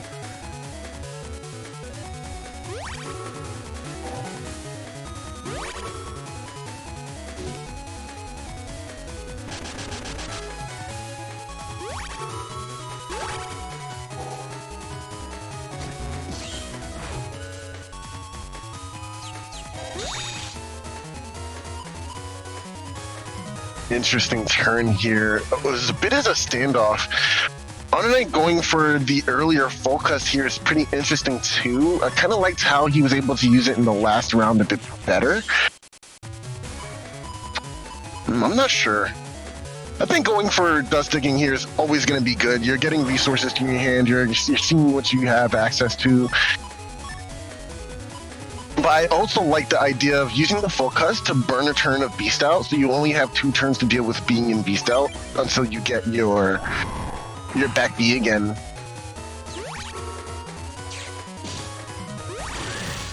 Ooh, static here. Oh, there's the uninstall. Oh, this is not looking good for HonorNite at all. Yeah, that's pretty rough. Fortunately, HonorNite does have Hot Batch in hand, so he will be able to get the shield back regardless, right? So that's gonna be really good for him in this kind of short game. And plus, you're in Beast Out right now, so you do still have shoes, so you can move around and avoid BDTs probably in that way, unless you get the area grabbed up again. The problem here is you can't go for the uninstall and the Hot Batch in the same turns. You really have to make a conscious decision of what you want to do. Going for Tengu here to deal with the Life Orb is really good, though. Nice. That's going to hurt a lot. And now looking at this HP differential, oh, Thiago just has so much HP. There's the second area grab. Ooh, that custom bug is really starting to take its toll. Yeah. I really like going for the banish here specifically because it's going to guarantee that you get this area back, and it's going to pierce invisible here, or this flashing from the Heat Dragon rather. Well, unless there's an anti. Okay, yeah. Okay. Whew. Yeah, that's scary.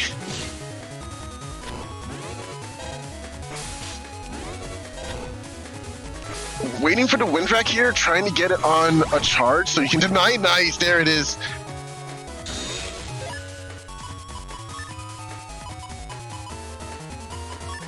Bug fix in hand, very nice timing for it too. And Hub is in hand as well, so he's going to be able to get all those stats minus super armor back, and having the shield is going to be very important. Oh, but going for Aqua here. Interesting choice. I'm not sure why. Okay, let me think. I think it's just, I would assume it's just damage. I mean, I can't, I wouldn't, I don't know what else it would be for. Yeah, I guess that makes sense. Though, I guess HonorNite doesn't think that the shield is worth keeping? Thiago is uninstalled, I know that much.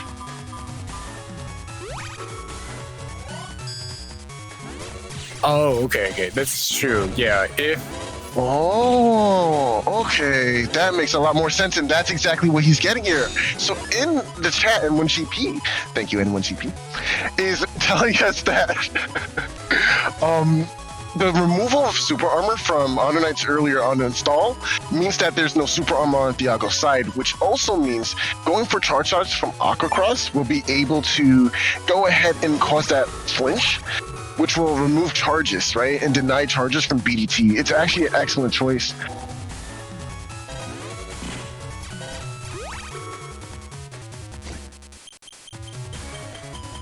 ooh, that O is going to be gone. But I think, yeah, that makes this cross a pretty good decision. This barrier 200 is a bit problematic, allowing 2 of those shard shots to make it through uncontested. However, now that it's gone, and pending the removal of that the anti-damage, we will be able to see the return to that charge shot denial for HonorNite here. He's a bit low on HP. A Falzar in this situation would be really strong. Thank goodness there isn't one in Thiago's folder, because that would be incredibly painful to deal with.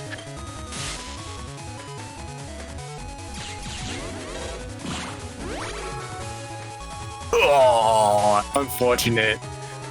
Yeah, definitely wanted to remove the flash there. Oh, nice.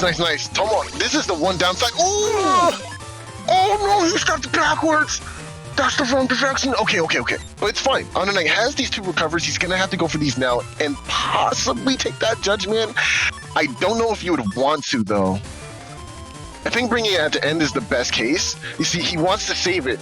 I understand that decision. This is a tough decision to make because you don't know if Thiago's going to come into the next couple rounds with any grabs. You kind of don't want to, quote, waste the judgment. No TFC! Oh, that's bad. Oh, that's really bad. Oh, it was probably not lockout. Maybe it was just. Oh, he's missing these inputs because of the lag. Oh yeah. Oh no. HonorNite says, I pressed A there, upside down, the smile face. Jeez. Yeah, that's really rad. He's going for these back Bs. I can tell. Dang, that's really rough. Oh, this hurts. We know that there's a shield in there.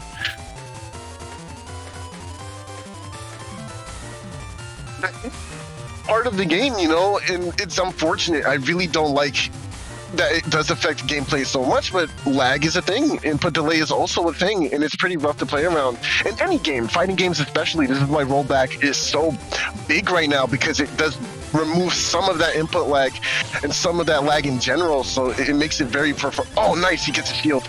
Very nice. Oh, the anti-damage saved him for a bit. Oh, almost dodged that Heat Dragon. Yeah, I think HonorNite has to get as much value as possible off that invisible here. Nice. Gonna be able to deny ground man as well, but it's such a huge HP differential. Oh, Thiago's patience is crazy just now, but he will flinch because of that. The books there.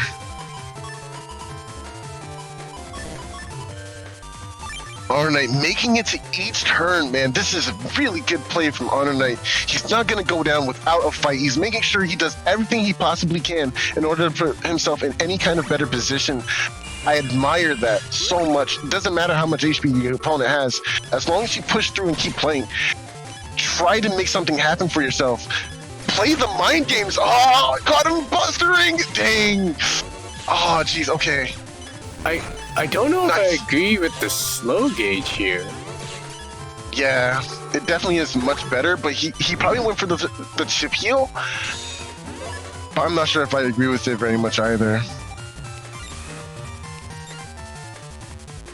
Yeah, this is a really, really tough match. I actually even admire, I'm sorry to cut you off, but Thiago didn't even bother going for BDT in this. Oh, wait, there it is, never mind.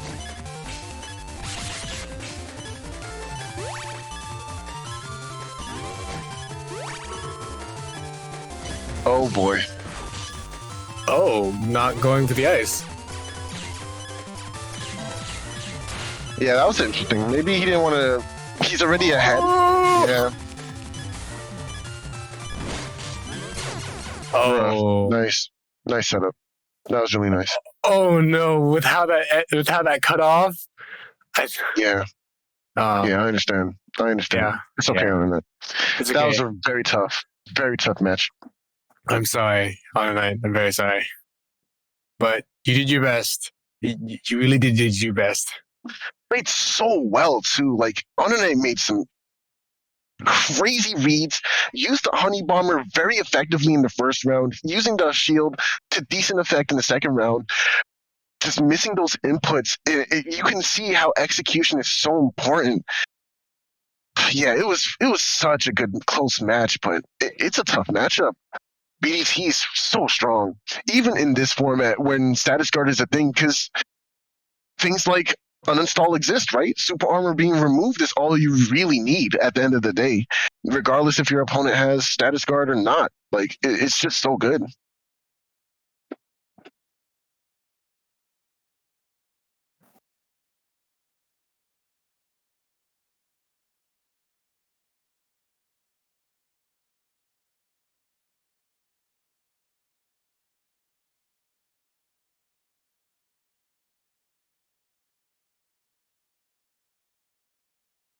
All right.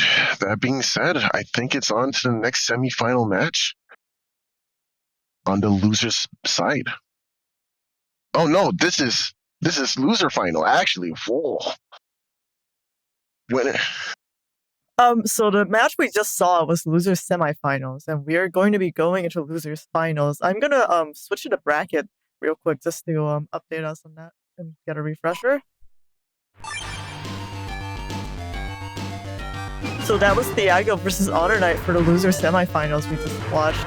And what that means is next is the losers finals with Thiago versus Symes, who was knocked down by playerzero in the winners finals. So whoever wins this one is going to go up to the grand finals against playerzero. And if Thiago or Symes manages to beat playerzero once, then there would be a bracket reset, and they would have to win one more set in order to take it.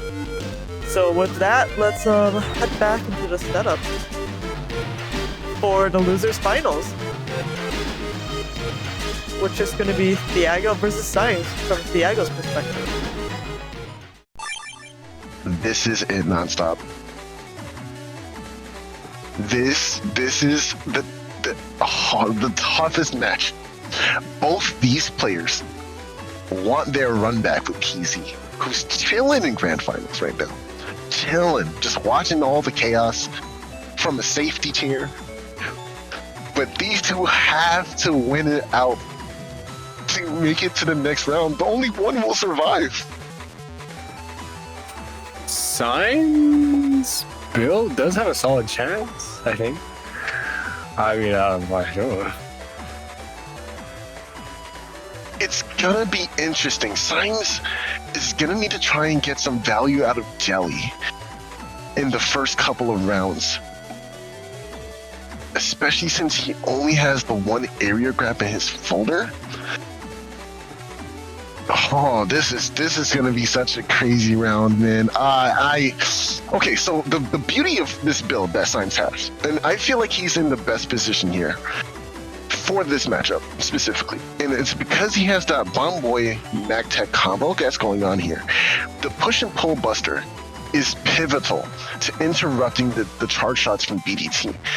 And since it takes so long for the BDT to wind up, if he can sneak in a few of those buster shots,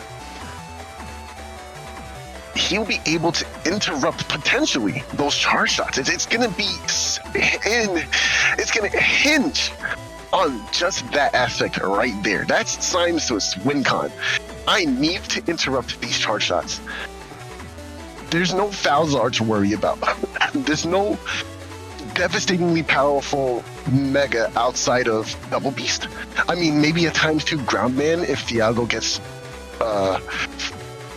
full Synchro or Rage in any instance, which is highly unlikely on the Rage part because of the Super Armor here. Not the Super Armor, wow, Planet Man. But I'm not sure. It's going to be really hard for Thiago to get damage out. What do you think? Wait, okay, so I think at some point you said Jelly needed to be used from Symes' side. I believe Symes said the opposite, that the Jelly was working against them. Because Thiago is not running a single slow gauge, and he specifically wants his opponent to be running the slow gauges for him, and he's getting that value right away. That makes sense. I understand where you're coming from. In that aspect, it could be disadvantageous. Maybe Symes is he might even throw away these slow gauges and just play straight up normal gauge the whole game. That would be interesting to see, actually. I wonder if that's what Symes is going to make the play. I mean, there's no use discussing it, right? Should we just hop right in and see what happens? Correction real quick. Jelly gives you slow gauge at start. Oh, that's right. Yeah, so Symes can't choose not to use the slow gauges. It has to be slow gauge. There's no choice. No. Yeah. I forgot about that. Yeah. Okay. Oh, no. So if you'd like to move into the match now, I'm totally down with that now. I'm scared. Roll the clip.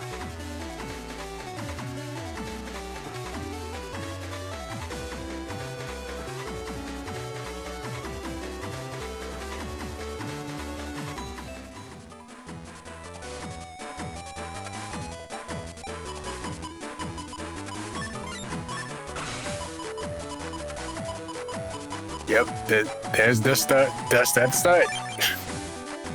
Yeah, both players going dust has to happen. Going turn one. Oh, they're first. The full cast happens first.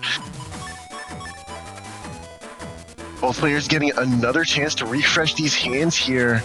I really like that we got the double bot for this round too, because now we get to see how both players are thinking in terms of using dust or what sequencing they're going to be going for. I definitely feel like Symes is going to chuck those. I mean, okay, maybe he uses the slow gauge as simply as recover 40s, right? Get the value out of your totem there. It's already active, right? You might as well you have that recover 40. Wow. Imagine using recover 40s in your folder. Crazy. They could be chip charged, I suppose. Yeah, right? I don't, is he gonna do that though? I don't know. I don't think so. All right. What was Nice. thrown out there? I actually did not see what was thrown out, but there is a full cast here that will end the turn.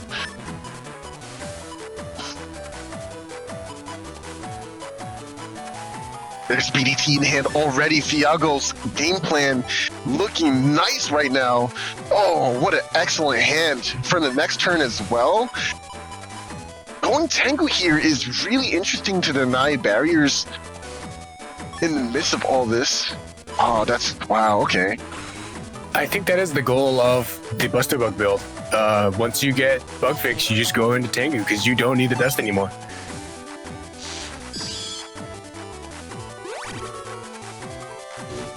Blind here is very problematic. I suggest usually just waiting out the blindness until you can see your opponent. You don't really want to just throw out chips, which is exactly what we saw just now. Knight and gets a connection here because of that patience. Very nicely done from Symes here. There's that push. The push is so important. Oh, and you saw the attack 1 buster there. This is why attack 1 or attack 2 is so, like, bad, right? You can barely deal with that first barrier as a Falzar player when you don't have access to those attack pluses in your build. But, you know, obviously, Thiago doesn't need the attack pluses in terms of, like, what his overall game plan is. But this is exactly the bane of the first barrier versus Falzar with only attack 1 or 2. Oh, I actually really like that decision from Thiago there. He just threw away the life aura because it had no value in the situation. 100% agree. Why not sit on it at the end of the late game push? You know what I mean? Where Dust probably, or excuse me, Tank probably won't even be in play at that point. There goes the fix and the hub badge. Oh, there's the push busters. So important right now. Getting these pushes, nice. Resetting the, oh, there's a BDT. Okay, BDT does make it. Oh no. Maybe there's a bit of lag there. I'm not sure what the read was supposed to be. Oh, but gets the freeze here. Oh no, that sucks. Oh, I'm so sorry. Okay, very nice. Retreating to the back row.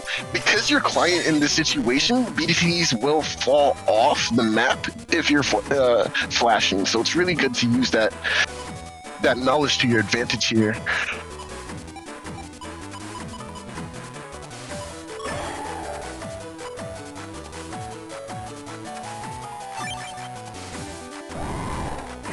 Look at Thiago's HP. It's lower than it ever has been so far in the previous few matches, actually.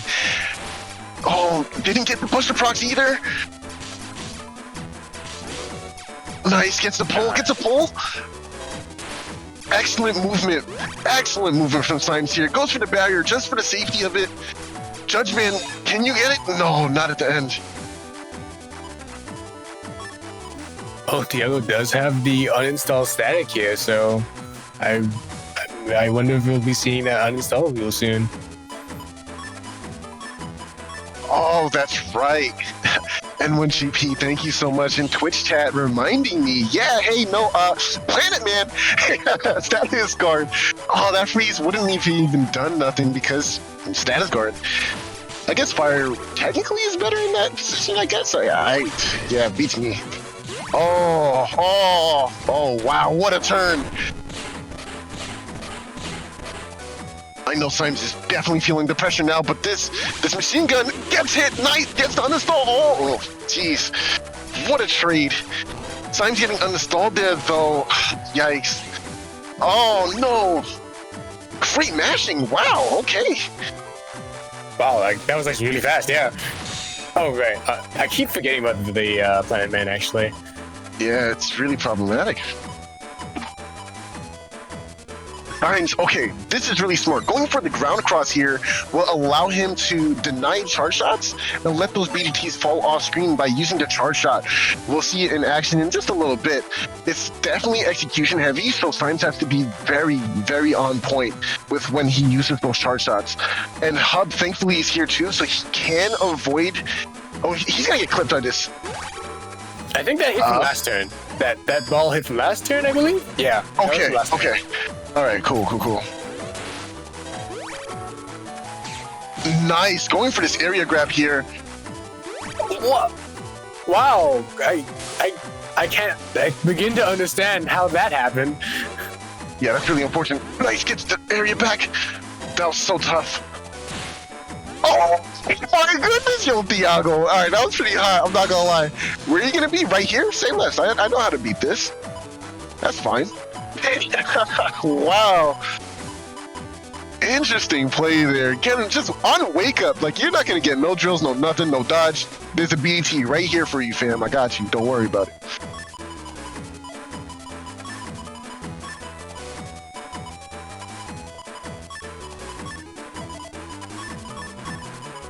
Wow, what a tough situation to be in here. Sheesh.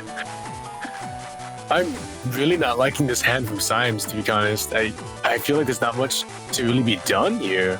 Even if land... Wait. We've seen Bob Batch from both sides, I believe, right? We have, I believe so. So if that uninstall lands, that could be really good for Symes, I believe. Brush coming into play here, but the placement of the BDT. Oh, he dodges it somehow. Wow. Oh yeah, that's right. He was flashed. He was invisible anyway because of Invis. All right, so it didn't really matter. But yo, that was insane. Nice job, Symes. Whew. Oh, nice trap. Using the light forward now is excellent position too. Nice. Oh, another area grab to deal with. Nice, avoiding the BDTs. Gotta protect this life forward as much as you can.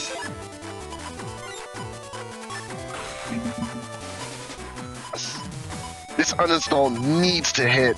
This is so important. Really, going into Tomahawk.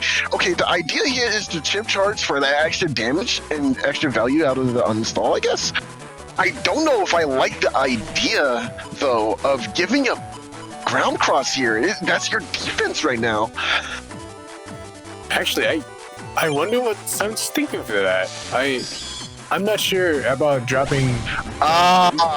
Okay, you know what he's thinking? Tengu. Tengu's gonna happen here. So this is not only a read on dealing with Tengu across with your charge shot, but also having status guard because you know your life aura is gonna go away now. But at the same time, I'm not sure if that's... No, I see it. I think I actually do agree with this, especially if you're trying to get value off of getting here. Well, you're stepping over holes as Tengu anyway, so it doesn't really matter, but you can get this nice chip charge. Oh, he doesn't get it before the end.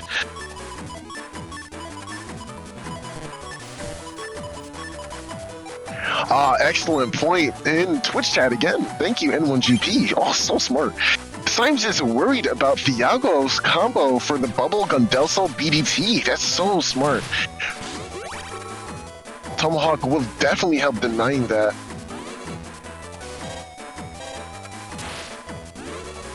But now we're in this situation. So many layers to this offense. But the movement is so crisp here. Oh, nice! Yes! Holding on to this anti-damage, waiting for this Element Man. It still has time to move around. Nice. Oh. There are no chips. Oh no, Symes. You have no more chips. Symes? Symes? Okay. Oh no.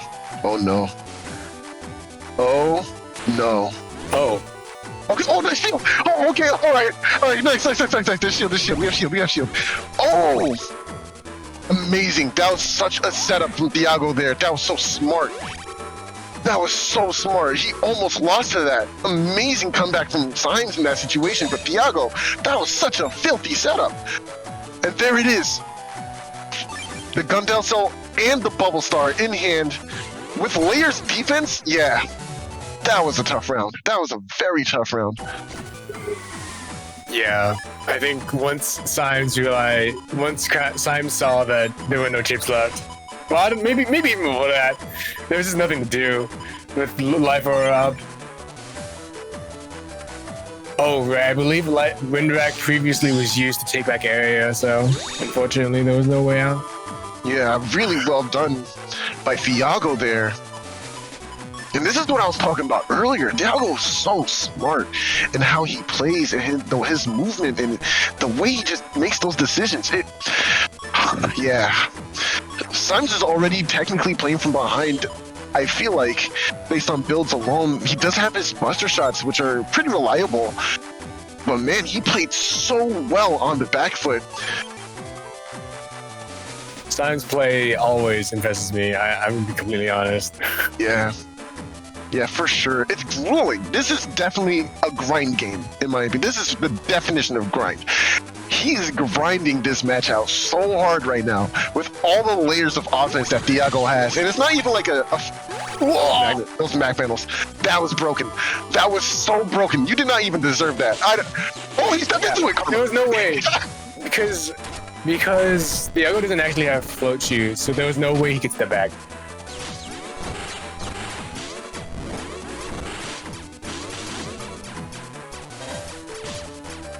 Yikes.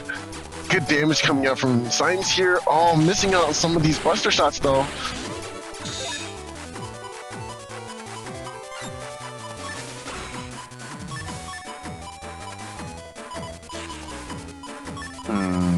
Okay, I think that was a good decision to shoot those away. I'm really not happy with Symes' hand, actually. There's nothing but defenses.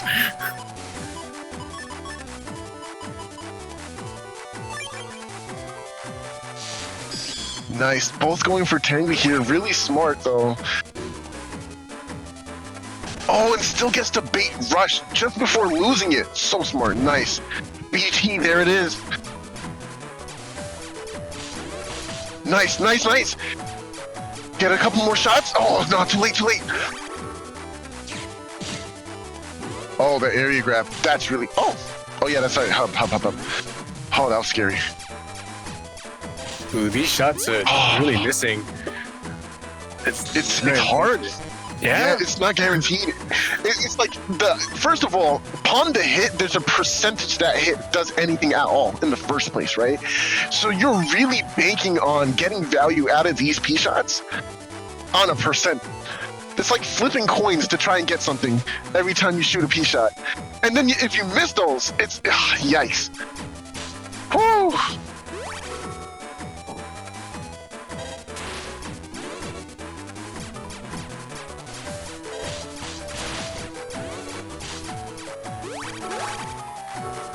Yeah, that's the response for it. Really nicely done. It still has access to these anti-damages. Yeah, I think you just can't... Oh, never mind, don't camp both. That does relieve some pressure in terms of movement, though, because now you get to use this area grab.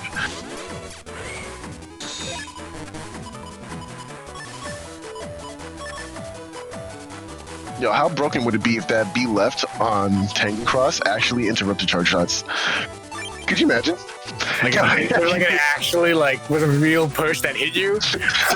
Yo, that'd be so absurd. I think that would be the best cross. Hands down. You can just interrupt my charge shots. Goodbye, Gregor. You know that there's no cooldown on the Dustman back B win for that? Just imagine. You would never be able to play. No, never. Sitting on this recover 300. Oh, moving around these BDT. Excellent step. Oh my gosh, this is so nerve-wracking. Oh, no! Oh, it timed out! It timed out! Oh, what luck! Yeah. What luck! It was coming around that corner. I know Symes was like, no, no, no, no! Mashing his keyboard. Yikes.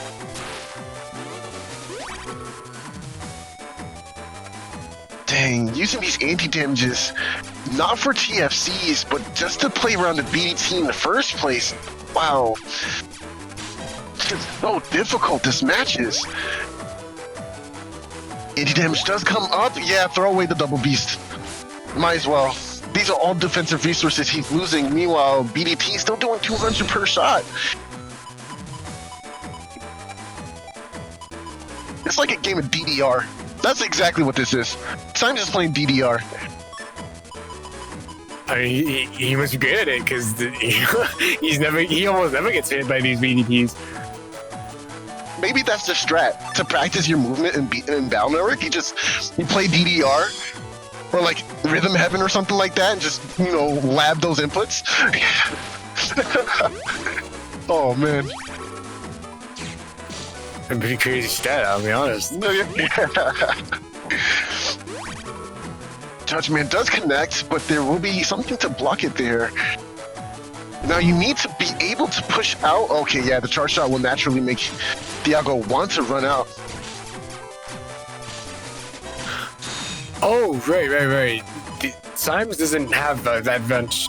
Symes' max HP isn't actually that high. I kept wondering why it wasn't, the recovery 300 wasn't being used, but it's just, there was no value off of that. Yeah. Not that you want to eat a couple of those thunderballs on purpose just to use it, you know what I'm saying? Like, might as well just chill, I guess. Oh no, Symes with the DDR, but with 2 seconds of delay.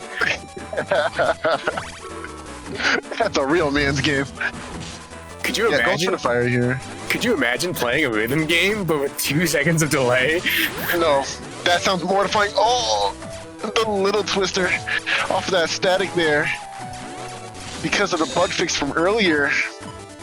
Wow, this match is so hard. This is kind of insane. What an impressive build that Thiago has going for himself here. I really like the layers of offense that's being played too. Like, this is just really impressive play. I feel like with this much HP, you have to either make sure everything hits, or you have to be playing like a fast gauge build. These kinds of chunk builds are really scary in mod cards. Symes has gotten no value out of those Buster procs because he hasn't gotten a single push. Maybe one I've seen, or two. I think he got maybe 2 or 3. I don't remember. But it just hasn't been coming up for him as much as he definitely needs it to. I don't know, man. Yeah, that's just so hard. That's actually really huge that none of these pushes are really happening, because I feel like that's the only thing that gives Symes a chance as compared to HonorNite as compared to the last match we saw. I really love how, to combat the idea of pressing the B button, Thiago's camping forward as if to say, hey, yeah, I'm right here, use your charge shot, right? That's what you want to do, right? Because you want to do some damage on my Tengu. Which prompts Symes into this idea of, okay, maybe he's lacking, I can get a charge shot and get some value and decross here. But then he steps out of range after releasing the BDT. It's just, this is criminal. It's honestly criminal what Thiago's doing here.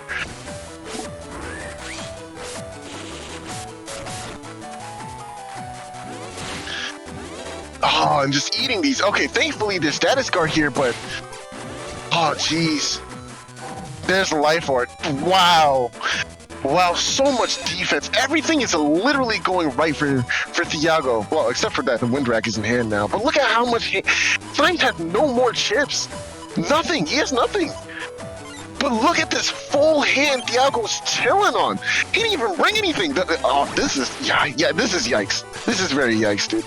Very, very yikes. I'm very afraid for Symes. He's playing out of his mind too. It's not like Symes is just getting bopped too. It's not like this is even free. It's just, this is just how the matchup is shaking out. And it's not, I just don't even feel like there's much he can do here. Wow, this is really nice. this is really nice play from Thiago, I gotta say.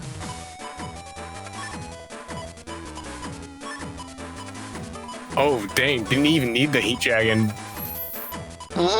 I Still has an uninstall? Like, this is crazy. This is actually crazy.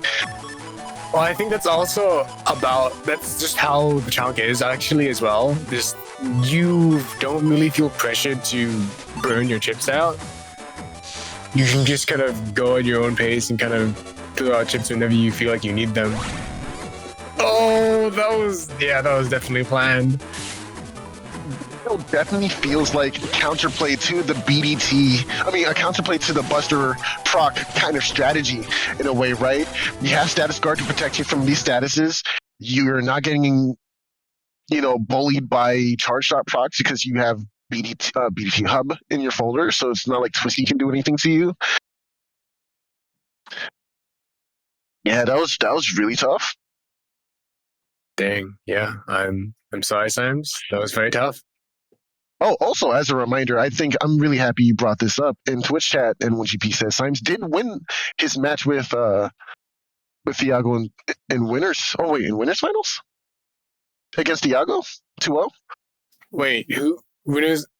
Wait, When it's semis. Okay. There we go. That makes sense. He did win his match out in winners semis.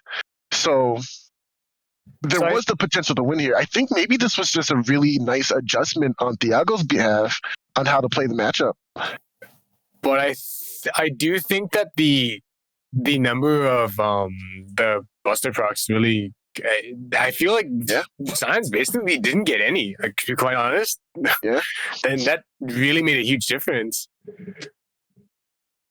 like it's technically a decently high percentage chance, right? 19% per shot is decent if you land your shots. If you're landing at least 60% of your shots, that's interesting, right? And then there's also the charge shot proc shot for the MagTech, right? So there is nice decent percentages, but still percentages. It's not guaranteed that he's going to get these procs off of these charge shots, off of these B buttons, right? So. Oh, okay. Symes in YouTube chat actually brings up the point that he was playing as host. Oh no, he was playing as client this round versus him playing as host. And I feel like that could have heavily affected things too. Yeah, when you are playing as the client, there's in a lot of cases it does end up meaning that you have to deal with some level of input lag, which can cause a lot of trouble. And honestly, in that fight too, it felt like Symes wasn't even hitting his Buster a lot at all. Like, I feel like the movement on Thiago was actually pretty decent because he was avoiding getting shot at a lot of the time. It's pretty unlucky. It was unlucky. It's very unlucky. Yeah. I think one thing people do sometimes do is they will go for the 100% chance to pull on MagTech by using the glitch, but then having the normal charge shot.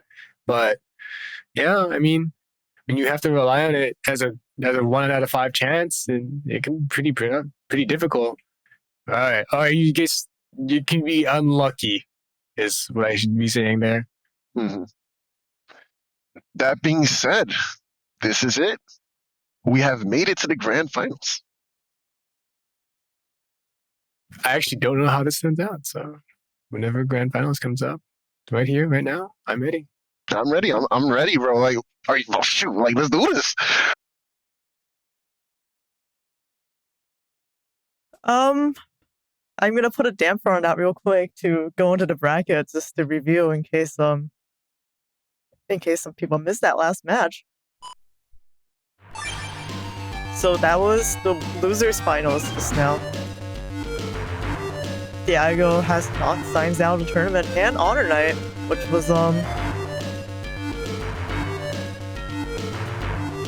which was pretty tragic, I have to say, because I think both players played out their winner side matches and then immediately played Thiago right afterwards. So Thiago was really like a crocodile in the waters just waiting for them. And yeah, so with that, we're going on to the grand finals, which would be playerzero versus Thiago. This is, I think, one of the first times Thiago has made it to grand finals in a Bloodmoon. He's made it to grand finals in other tournaments, but yeah, I think this is the first for Bloodmoon. And with that, we will go into setups. All right. Now, we just saw Thiago's build. We know what his game plan is, right? We know the BDT is what we want to lock down. But I have to shout out playerzero's build right now. This build that he's been playing this entire tournament is actually insane. The levels and layers that he has come up with for this strategy, I am so thoroughly impressed with Pleasy. He doesn't even play mod cards like that, so I don't even know who helped him with that build. Like, whoever did or gave him some advice for this build, or if he came with it all by himself, like it's genius. Like, I love it so much. Twisting Remabit in order to push advantage on area and trying to lock that down. It's even worse against Gregor because they don't have something like Hub. But Twisty being able to deal with Sanctuary so easily, it's just so huge. I think Twisty is just a very common. It's a very common thing you would just bring with Buster Book builds in general, though, because it just usually when you end up uninstalling a Gregor player, they don't really have much else to do once you uninstall them. Yeah. And it might seem cheap, right, to think of it in that terms of strategy, but Gregor does so much absurd amounts of damage so quickly that it almost feels like these kind of strategies are necessary to tame that beast. Like, playerzero and I, this is outside of the tournament, but playerzero built a Gregor build, a pretty common Gregor build for mod cards, and he straight up ran through almost every build I had. Most of my builds are pretty much for fun, but it's the testament of how powerful those builds are. It's like I just felt like I couldn't do anything to really combat against that Gregor strategy of just throwing out beast charges, just throwing out those really powerful charge shots from Slash and Elec. It's so overwhelmingly powerful. But I'm getting ahead of myself. This final match actually is a Falzar versus Falzar, so we won't see that come into play, especially if Thiago does happen to get into his hub back. So it won't be as though Twisty's going to be incredibly oppressive unless it's earlier on in that midsection of not having the hub and being uninstalled.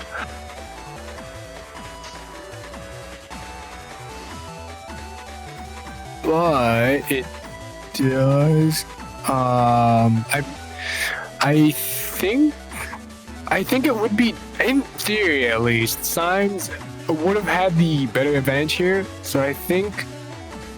It's tough to say, honestly. Yeah, it's really tough to say. I think in theory, if you get no procs, from as Symes, you're in the same situation as playerzero, right? Like, yeah. So the difference I feel here is I feel like playerzero's build has a bit more damage in the folder itself. I feel like a lot of Symes' damage does end up coming from the Buster alone, whereas we have things like Spellman SP here. I mean, I guess it's about the same as Groundman, I guess. I guess that is not necessarily true, huh? Well, Thiago is playing Fire Body. Yeah, that's true. So the Spotman could do double damage for free. Yeah. And the Neo variables there, it's a pretty nice check on Tengu. I do agree with this, actually, being overall, I think it's more power in the build and not 100% relying on that Buster there. So it could actually turn around things. Another thing I want to point out is the codes here, and this is the first time I've actually personally seen L code make it so far into a mod cards bracket, at least for us here. We'll see the G code splash because G code is just so good in mod cards in terms of all the value you get from it.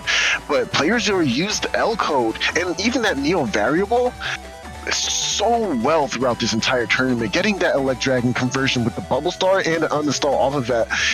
It's so good. It's really good damage if you really think about it.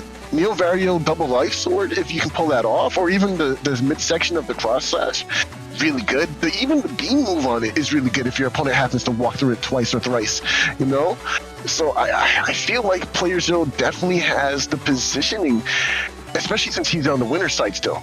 Thiago has to win twice in order to completely make this upset happen, right? So it kind of is in playerzero's ball court in terms of positioning and being able to win.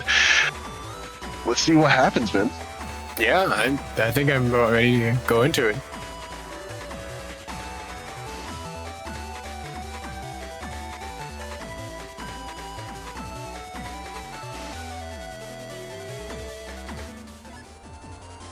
Oh.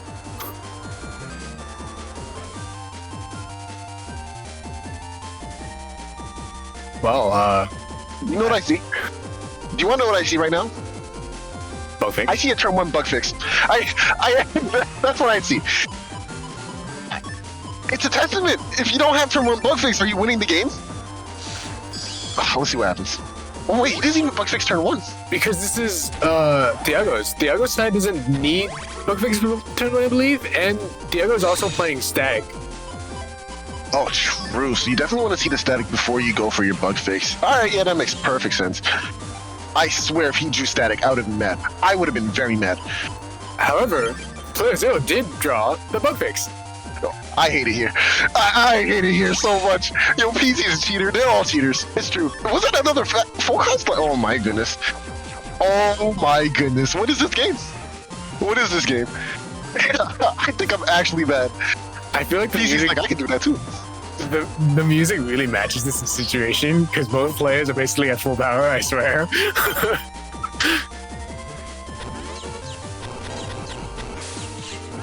Oh, gets clipped up by Charlie over there. Oh, I love Charlie. Shout outs to Charlie, guys. Oh, but this barrier. Okay, so the only strategy here is to immediately go into Tengu and keep your hand. Get this one extra turn of this Dust Dig.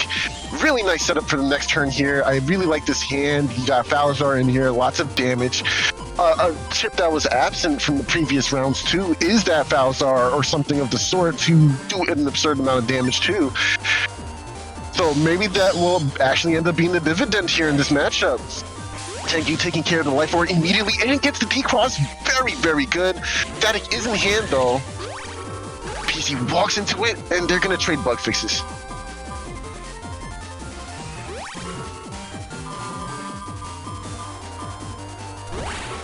Alright, well, playerzero's build is online. No need for any buster ups. It just goes at it now. Yeah. It's really nice to be able to immediately start going into a offensive game plan without the need of things like buster ups or even like, I mean, I guess you don't necessarily need hub bats either, right? Because you already have all of that attack. You're online from the jump, and that's such a big advantage because you're not waiting around waiting for combo pieces to make your game state better. I think it's also the fact that you don't have to burn those ships. Like, you don't have to, and you also don't have to burn those spaces for, you don't have to burn those spaces on the bug fix, on the bug buster up. You can just use them on some attacking chip. Yeah, for sure. I really like the positioning here, but the barrier's just gonna get eaten away. At least it defends you this one time for an attack of Element Man. Oh, nice! This will deal with the barrier, but because of the element ice, there will be some sliding happening. Oh, but the positioning! Oh, so nice. Excellent, excellent play here. But doesn't get the charge shot till... Oh, that's so clutch! PC barely made it out of there. Very well played by Thiago. That was so nice. That was excellent movement. Jeez. I think crossing out is definitely the good decision here. Yeah, no, you have to. You're gonna end up eating that charge shot. Why take double from Tengu? Yeah, absolutely.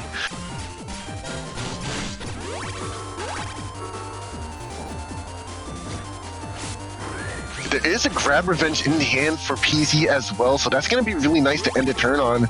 Just getting back your area, pushing your opponents to the back row, and just assessing the situation. How do we go ahead and punish it?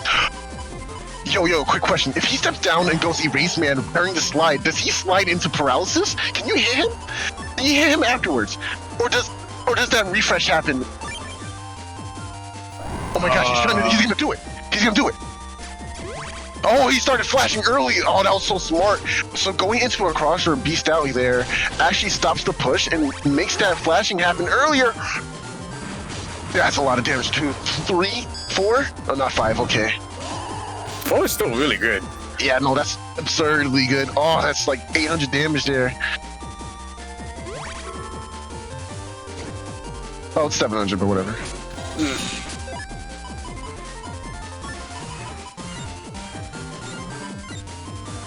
I like the idea of going for Bubble Star combos here. But PC doesn't feel... Yeah, definitely keep that... Oh. Bubble Star combos can't happen because of Planet Man. Planet Man. That's right. That's why he didn't even take it. Dang it, Planet Man. It's just such a dumb... Oh, no. Oh, no. Okay, this is actually perfect. Yeah. Oh my goodness. That was so scary. And it looks like Thiago does not have the fire chip to deal with the Tomahawk Cross immediately. So this is going to be pretty safe for him, I think. Oh, that's PZ. That's PZ. What? PC's Tomahawk right now? He just Yeah. Oh, I understand what you mean. Oh, I got confused because he was already in Tomahawk Cross. Thiago was. I understand what you mean. I was lost for a second. But now I'm found. Ooh, that's actually not very good. Losing that investment away. Oh, right. Oh. Back to Baseman. This is interesting too because Aquaman hasn't made an appearance yet, so we will see Thiago making the guess and not wanting to be punished by Aquaman, going right into a cross, which is probably the best idea.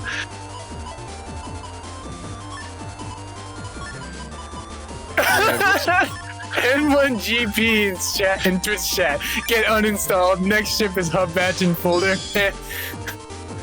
It is the best feeling. I agree. It's definitely player zero things. Only player zero can pull off such strategies and high maneuvering, high stakes maneuvers, and he's the best player. He's the best player in the world. Yikes! No, he's gonna get area back here. What's the problem? What do you mean no? Oh, okay. That was also perfect timing. I mean, maybe. Oh. The Neo variable. Oh, you better run. Yeah, no, change it. Thiago. Oh, he has the invis. Oh, oh, okay. Unless either PZ inputted that supersonic boom at lightning speed, or I guess Thiago was mid-buster, so he couldn't really do anything. You can read the text. You can see the text Neo variable and then be like, okay, better mash A, right? I don't know. Is that different? I don't know. Maybe it was the reaction. He just couldn't react. And that input was so swift that it felt like it came out immediately, right? It's an easy input. It's back forward, back B. So it's not hard to do. You can do it really quickly. And maybe he just couldn't react to that. Yeah, it was tough. It was really tough to react to that. I don't know. According to HonorNite, it was guaranteed, which maybe because of the buster shots, I'm assuming, was why it was guaranteed, maybe? I'm assuming so as well, honestly. Once you're mid-shot like that, you can't really do anything.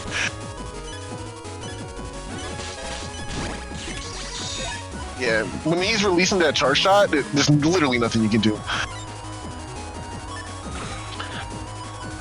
The setup was excellent here by Thiago. Does get the confirmed bubble into the Gundelso, but going into a cross on PZ's half here is just gonna deny this entire situation altogether. Wait. Oh, wait. Huh? Nani? Oh, okay. Oh. Maybe that's why he didn't cross. That's my guess. Okay. Oh my, PZ, stop. Excellent decision to go ahead into a cross here too. Oh, that was so smart. Oh no, he's out of chips too! Oh no. Oh, but he has shield. The advantage is on PZ's side here. A higher life need total. Final turn gets the beast over. It's gotta be a damage judge. This is it. Yeah, it 10, has to be. 9, And 8, with how much HP Thiago has, 5, 4, 3, 2, 1. yeah, 3,700. Yeah. Wow, PZ. He's like, yeah, we can play the waiting game. I don't mind grinding.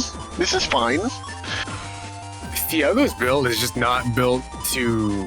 If you make it to the damage judge, almost without question, I'm pretty sure that Thiago just is going to lose it because of how much it's just built to suck hits up. Yeah. Like, think of it this way, right? It's the Buster procs that he's getting. He has much more damaging chips in his folder in comparison to Symes did. Symes had, okay, he had some great chips in his folder, I'm not gonna lie to you. But I feel like that Falzar, it was that 700 difference from the Falzar. That's literally the difference in the HP that was, there you go. Just the presence of Falzar was the entire difference. It was like 700 plus another 200, I think, to be more exact. But yeah. I think the other thing is actually that Thiago is missing like 1 invis and 1 anti-damage or something. I believe it was 2-2. Yeah, that's really scary in my opinion in mod cards. I don't think it's negotiable to really play less defenses because I feel like there are so many powerful mega chips floating around in this format in comparison to standard, right? There's no Gregar in standard, there's no Falzar in standard, and those make big differences. Ooh, accidentally going for the ground man into the body, but does avoid the machine gun there. Very nicely done. Ooh, nice double beast. Does connect. A little risky to be using it while blind, but I think we all knew that there is no status bug on the other side there, so no invincibility to really worry about. You can kind of just throw that out there. playerzero not getting that bug fix yet. I'm a little surprised. I gotta say, it's been 2 turns. Crazy. But don't worry, he's gonna draw it next turn anyway. It's PZ. What are we talking about? Oh, he used bug fix already. Bruh. Wait, oh really? Yeah, bro. Oh, no, I'm wrong. Yeah, HP wasn't going down, bug fix is already used. I'm sorry. I made a mistake. So much better than us that he already knew what had happened. You know what I'm saying? Like, look at that. Look, it's PZ. It's PZ. He's legendary. That's coming out here. Really good for Thiago. Grab a fence row, regain some area. 2 excellent way to end the turn for both players, actually. I don't think there was any ground loss for either of them. Although the life lead does seem to be in favor of PZ at the moment, I don't think that's really that important right now. It's still early game. Oh, I actually like the idea of going for the late game bubble into Gundelso strat, making sure maybe by that time there won't be a Tomahawk in play, but that's kind of risky. It just all depends on when Tomahawk comes into play on PZ's side there. Wait, Tomahawk. Oh yeah, Tomahawk. Yes. Not Tengu. Tomahawk. Not Tengu. No, not Tengu. No. They both start with T. Sometimes you just mix them up. I don't know. Yeah, no. Listen, that was me like 2 seconds ago. Don't worry about it. We're here now. That's what matters. We're here now. Is it? Maybe it's actually T Engu and T-Hawk. T-Hawk. T-Engu.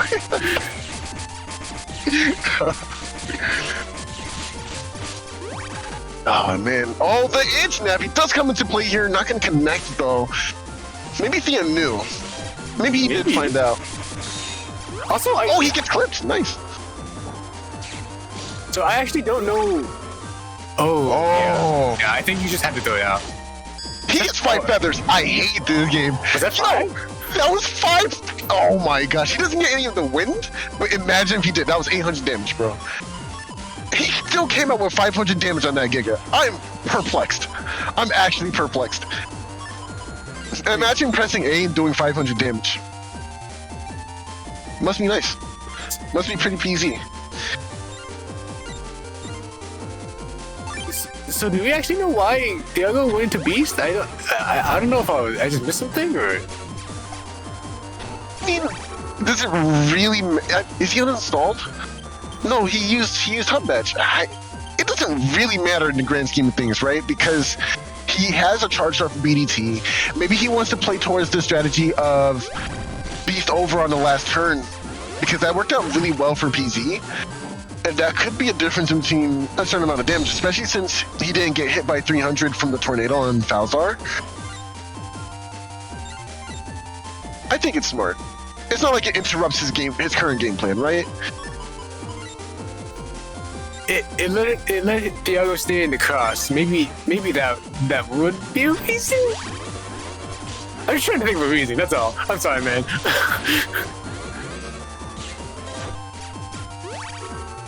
Yes, by the way, to the people in chat, Twitch chat right now, this is indeed a recording of the match. We were just simply talking over it right now. Yeah, the commentary's live. These are all pre-recorded. Imagine trying to play Balnuric all live. That'd be... Whew. You would see all the lag. You would actually just watch the lag happen. You know, it's like, okay, it's like this, right? It's not like we're all in one room recording on the same screen where there's no lag or anything. One person's in Europe, one person's in Brazil somewhere. You know what I'm saying? Like, I know what you're saying. Playing live would be crazy. That would be logistically a nightmare.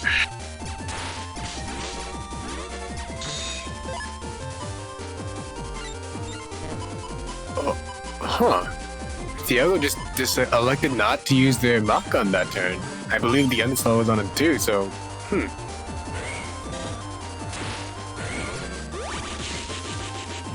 He did use it. Nice. Oh, nice movement.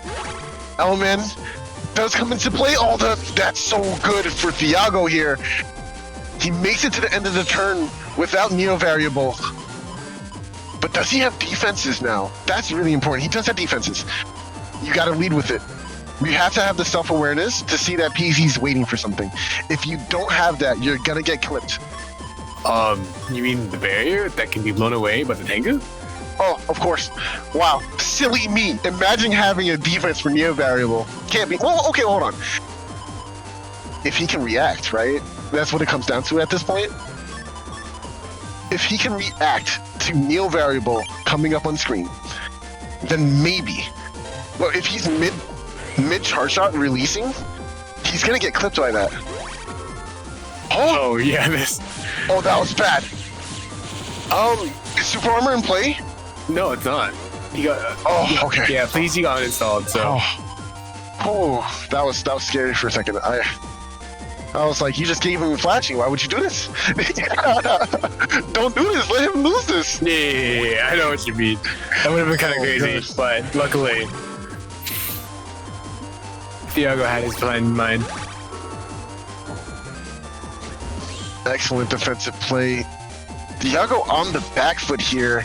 It's looking really bad, and he's just casually throwing out some pressure shots. Like, yeah, that did 100. Yeah, that one did 10. Oh, another 100. Nice, nice, nice. Shaking my head. Oh, good point. In Twitch chat, playerzero says, you know what? I would have been hit by that BDT. So I guess he was technically saved by the from BDT by Double Beast there. So it worked out. We take those. Yeah, I think PZ actually would have gotten hit regardless, but I don't know. I don't know if the BDT would have made it in time to actually get rid of the Neo variable attack there.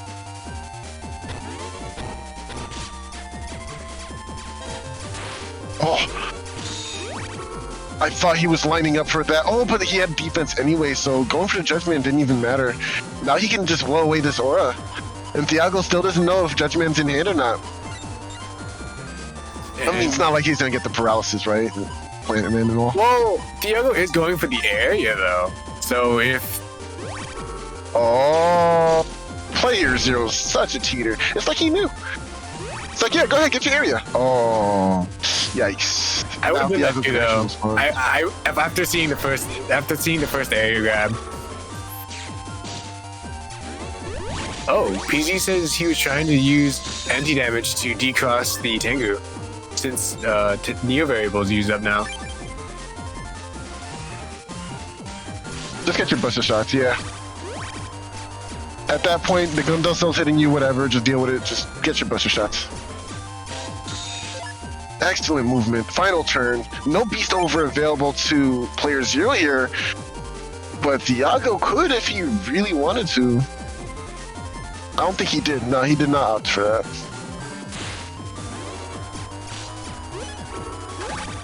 Aquaman for that nice damage. Oh, but nice. The Life Orb will deny that. Yeah, I'm pretty positive PZ wins this on oh, Damage nice. judge. Yeah, I don't think there's any way for Thiago to win this on damage judge. I think this is the main reason why I think Thiago should have brought at least one slow gauge. Yeah, he needed slow gauge. He needed that slow gauge for sure. Yeah. Because I think Thiago has really good matchups against the people who literally can't choose whether or not they want slow gauge. And then when fighting against people who don't have slow gauge or playing fast gauge, it's just not, it's just a completely different world. I do think it is really big brain to hinge on your opponent using slow gauges to excel their own strategies. But there's two reasons why this backfires. One, you could be playing as a fast gauge user, which is horrid for your matchup. Thankfully, that didn't end up happening for him, right? There was no fast gauges. I think fast gauge was pretty rare, yeah. Unfortunately, I'm sorry. But It could have been me. It could have been me. It could have been you, bro. I'm sorry, bro. I'm sorry. But yeah. Even if his opponent does have, unfortunately for Symes, this isn't the case, but even if his opponent does have two slow gauges, they don't have to use them, right? Unless they really want that chip recovery for 40. But in grand scheme of things, is giving your opponent who's playing BDT slow gauge profitable? Unless you have something that's already making slow gauge happen, right? Yeah, so I don't know. I'm not sure if I agree with the decision, but having the option to decide if you want to go into slow gauge would have at least have been nice, I think. Yeah, I think Yeah. I think he definitely needed to bring it. I 100% agree. Definitely awesome match to both players. PZ defending his title, keeping that champion title for the last bit of this year. Into the next year, looking at this champion like a boss. Yeah, so congrats to PZ playerzero being the next...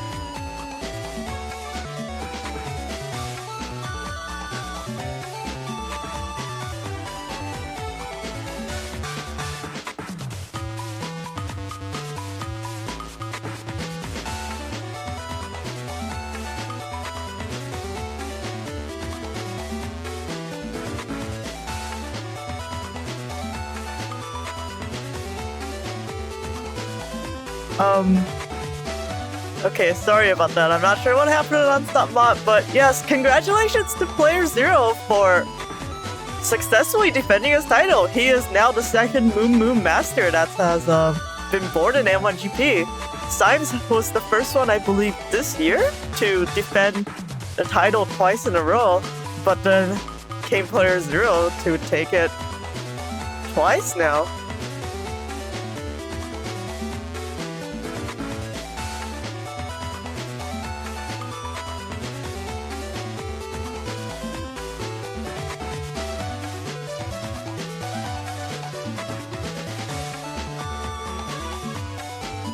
Congratulations! Congratulations. Congratulations. What? What was that? Those were bird noises. I tried to do it, but I couldn't. I'm sorry. Oh, Okay, I and- tried my best, and then it didn't come out right. Oh. Wait, I couldn't tell that's soul or stuff. Okay, I It see. just sounded like a strange noise coming from somewhere. Maybe we should do an M1GP penguin noise impression contest. I During break. definitely want that. I definitely want that. Like instead of a bunch of people saying congratulations, it's a bunch of penguins going squawk, and then one person going congratulations. Wow, it's like wow, yeah, we need like a conductor conducting a bunch of penguins. Okay, I wanna go over the donations we got today and talk about something else.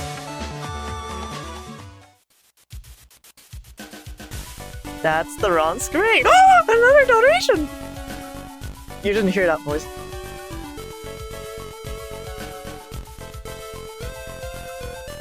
We all heard it. We all heard it. Okay, thank you, Giashio, for the $10 donation. Giashio. Yeah. I'm gonna need to be told how to pronounce it. Actually, I'm actually not sure, but right. So,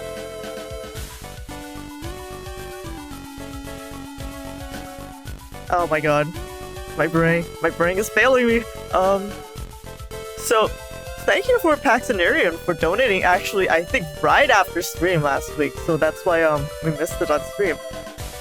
And again, thank you to Zay for his Christmas hype donation. And how do you pronounce this? Olik? Olik? Oh, that sounds like lick. That doesn't seem right.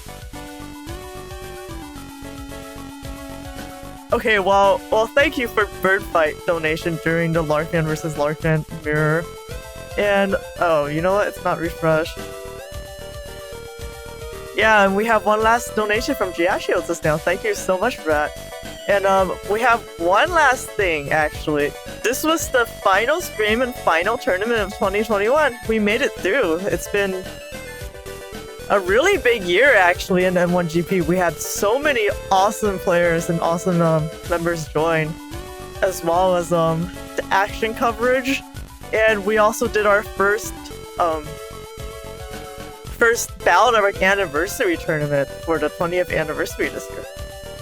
And also, the results of the votes for the set of cycles has come in for what format it's gonna be next year.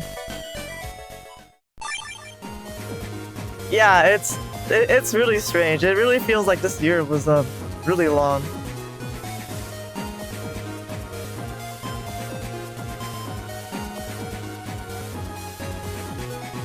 Oh, we have some coins in chat. Thank you to Dorman for the $3 donation. I'm not gonna do the sound. I'm on guard now. Okay, so the votes for the cycles, for the format we're gonna play for the first two cycles in New Moon 2022 is actually, it was super close. It was just one vote apart from first and second. And so what we're gonna be playing in the next tournament when the new year starts is Infinite Beast.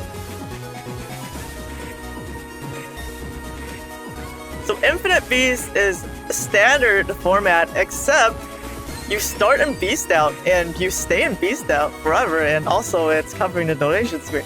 Oh my goodness, thank you so much, HonorNite, for the $30.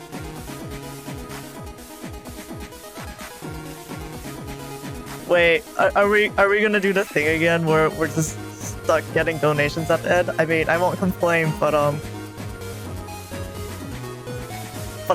also not making that sound again. But actually, since we're still here, let me see if I can drop a little something else I made in stream right now.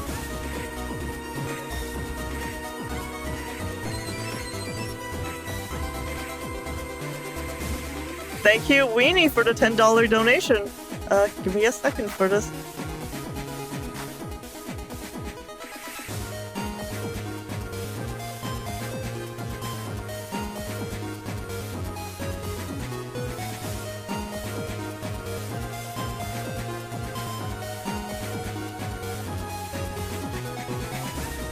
OBS isn't gonna like this being played like this, I think. Let me see.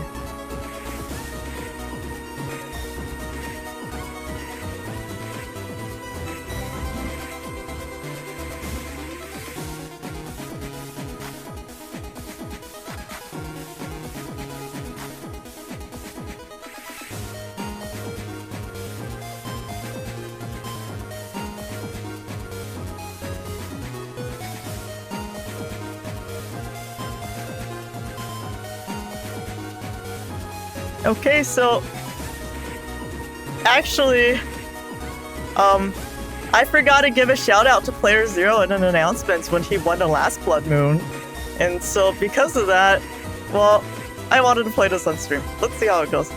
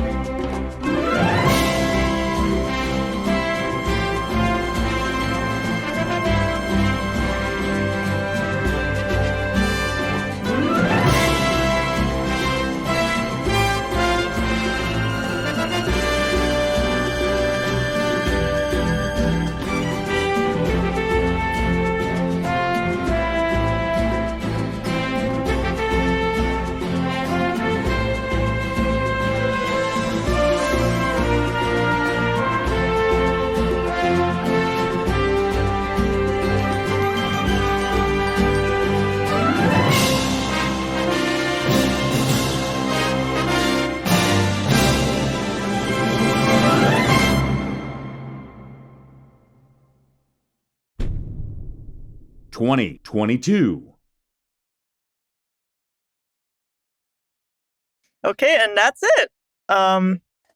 Yep, we roll over to credits now.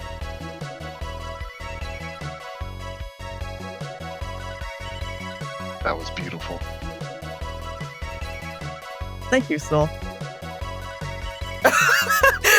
Thank you, Bitmuffin. I missed you in chat. I don't think you were there last week.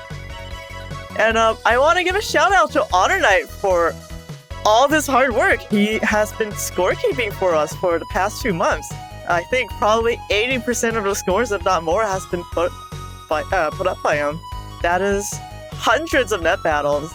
And he also did watch through hundreds of net battles to make sure just the finest and the zaniest matches get shown on our streams for the regular cycles. And Enduring Raid did the double VODs for this tournament again. And remember that you can go on our Ko-Fi and commission double VODs for your own matches with Enduring Raid.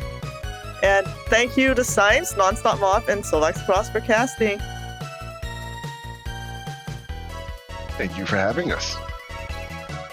Thanks for having me. Us.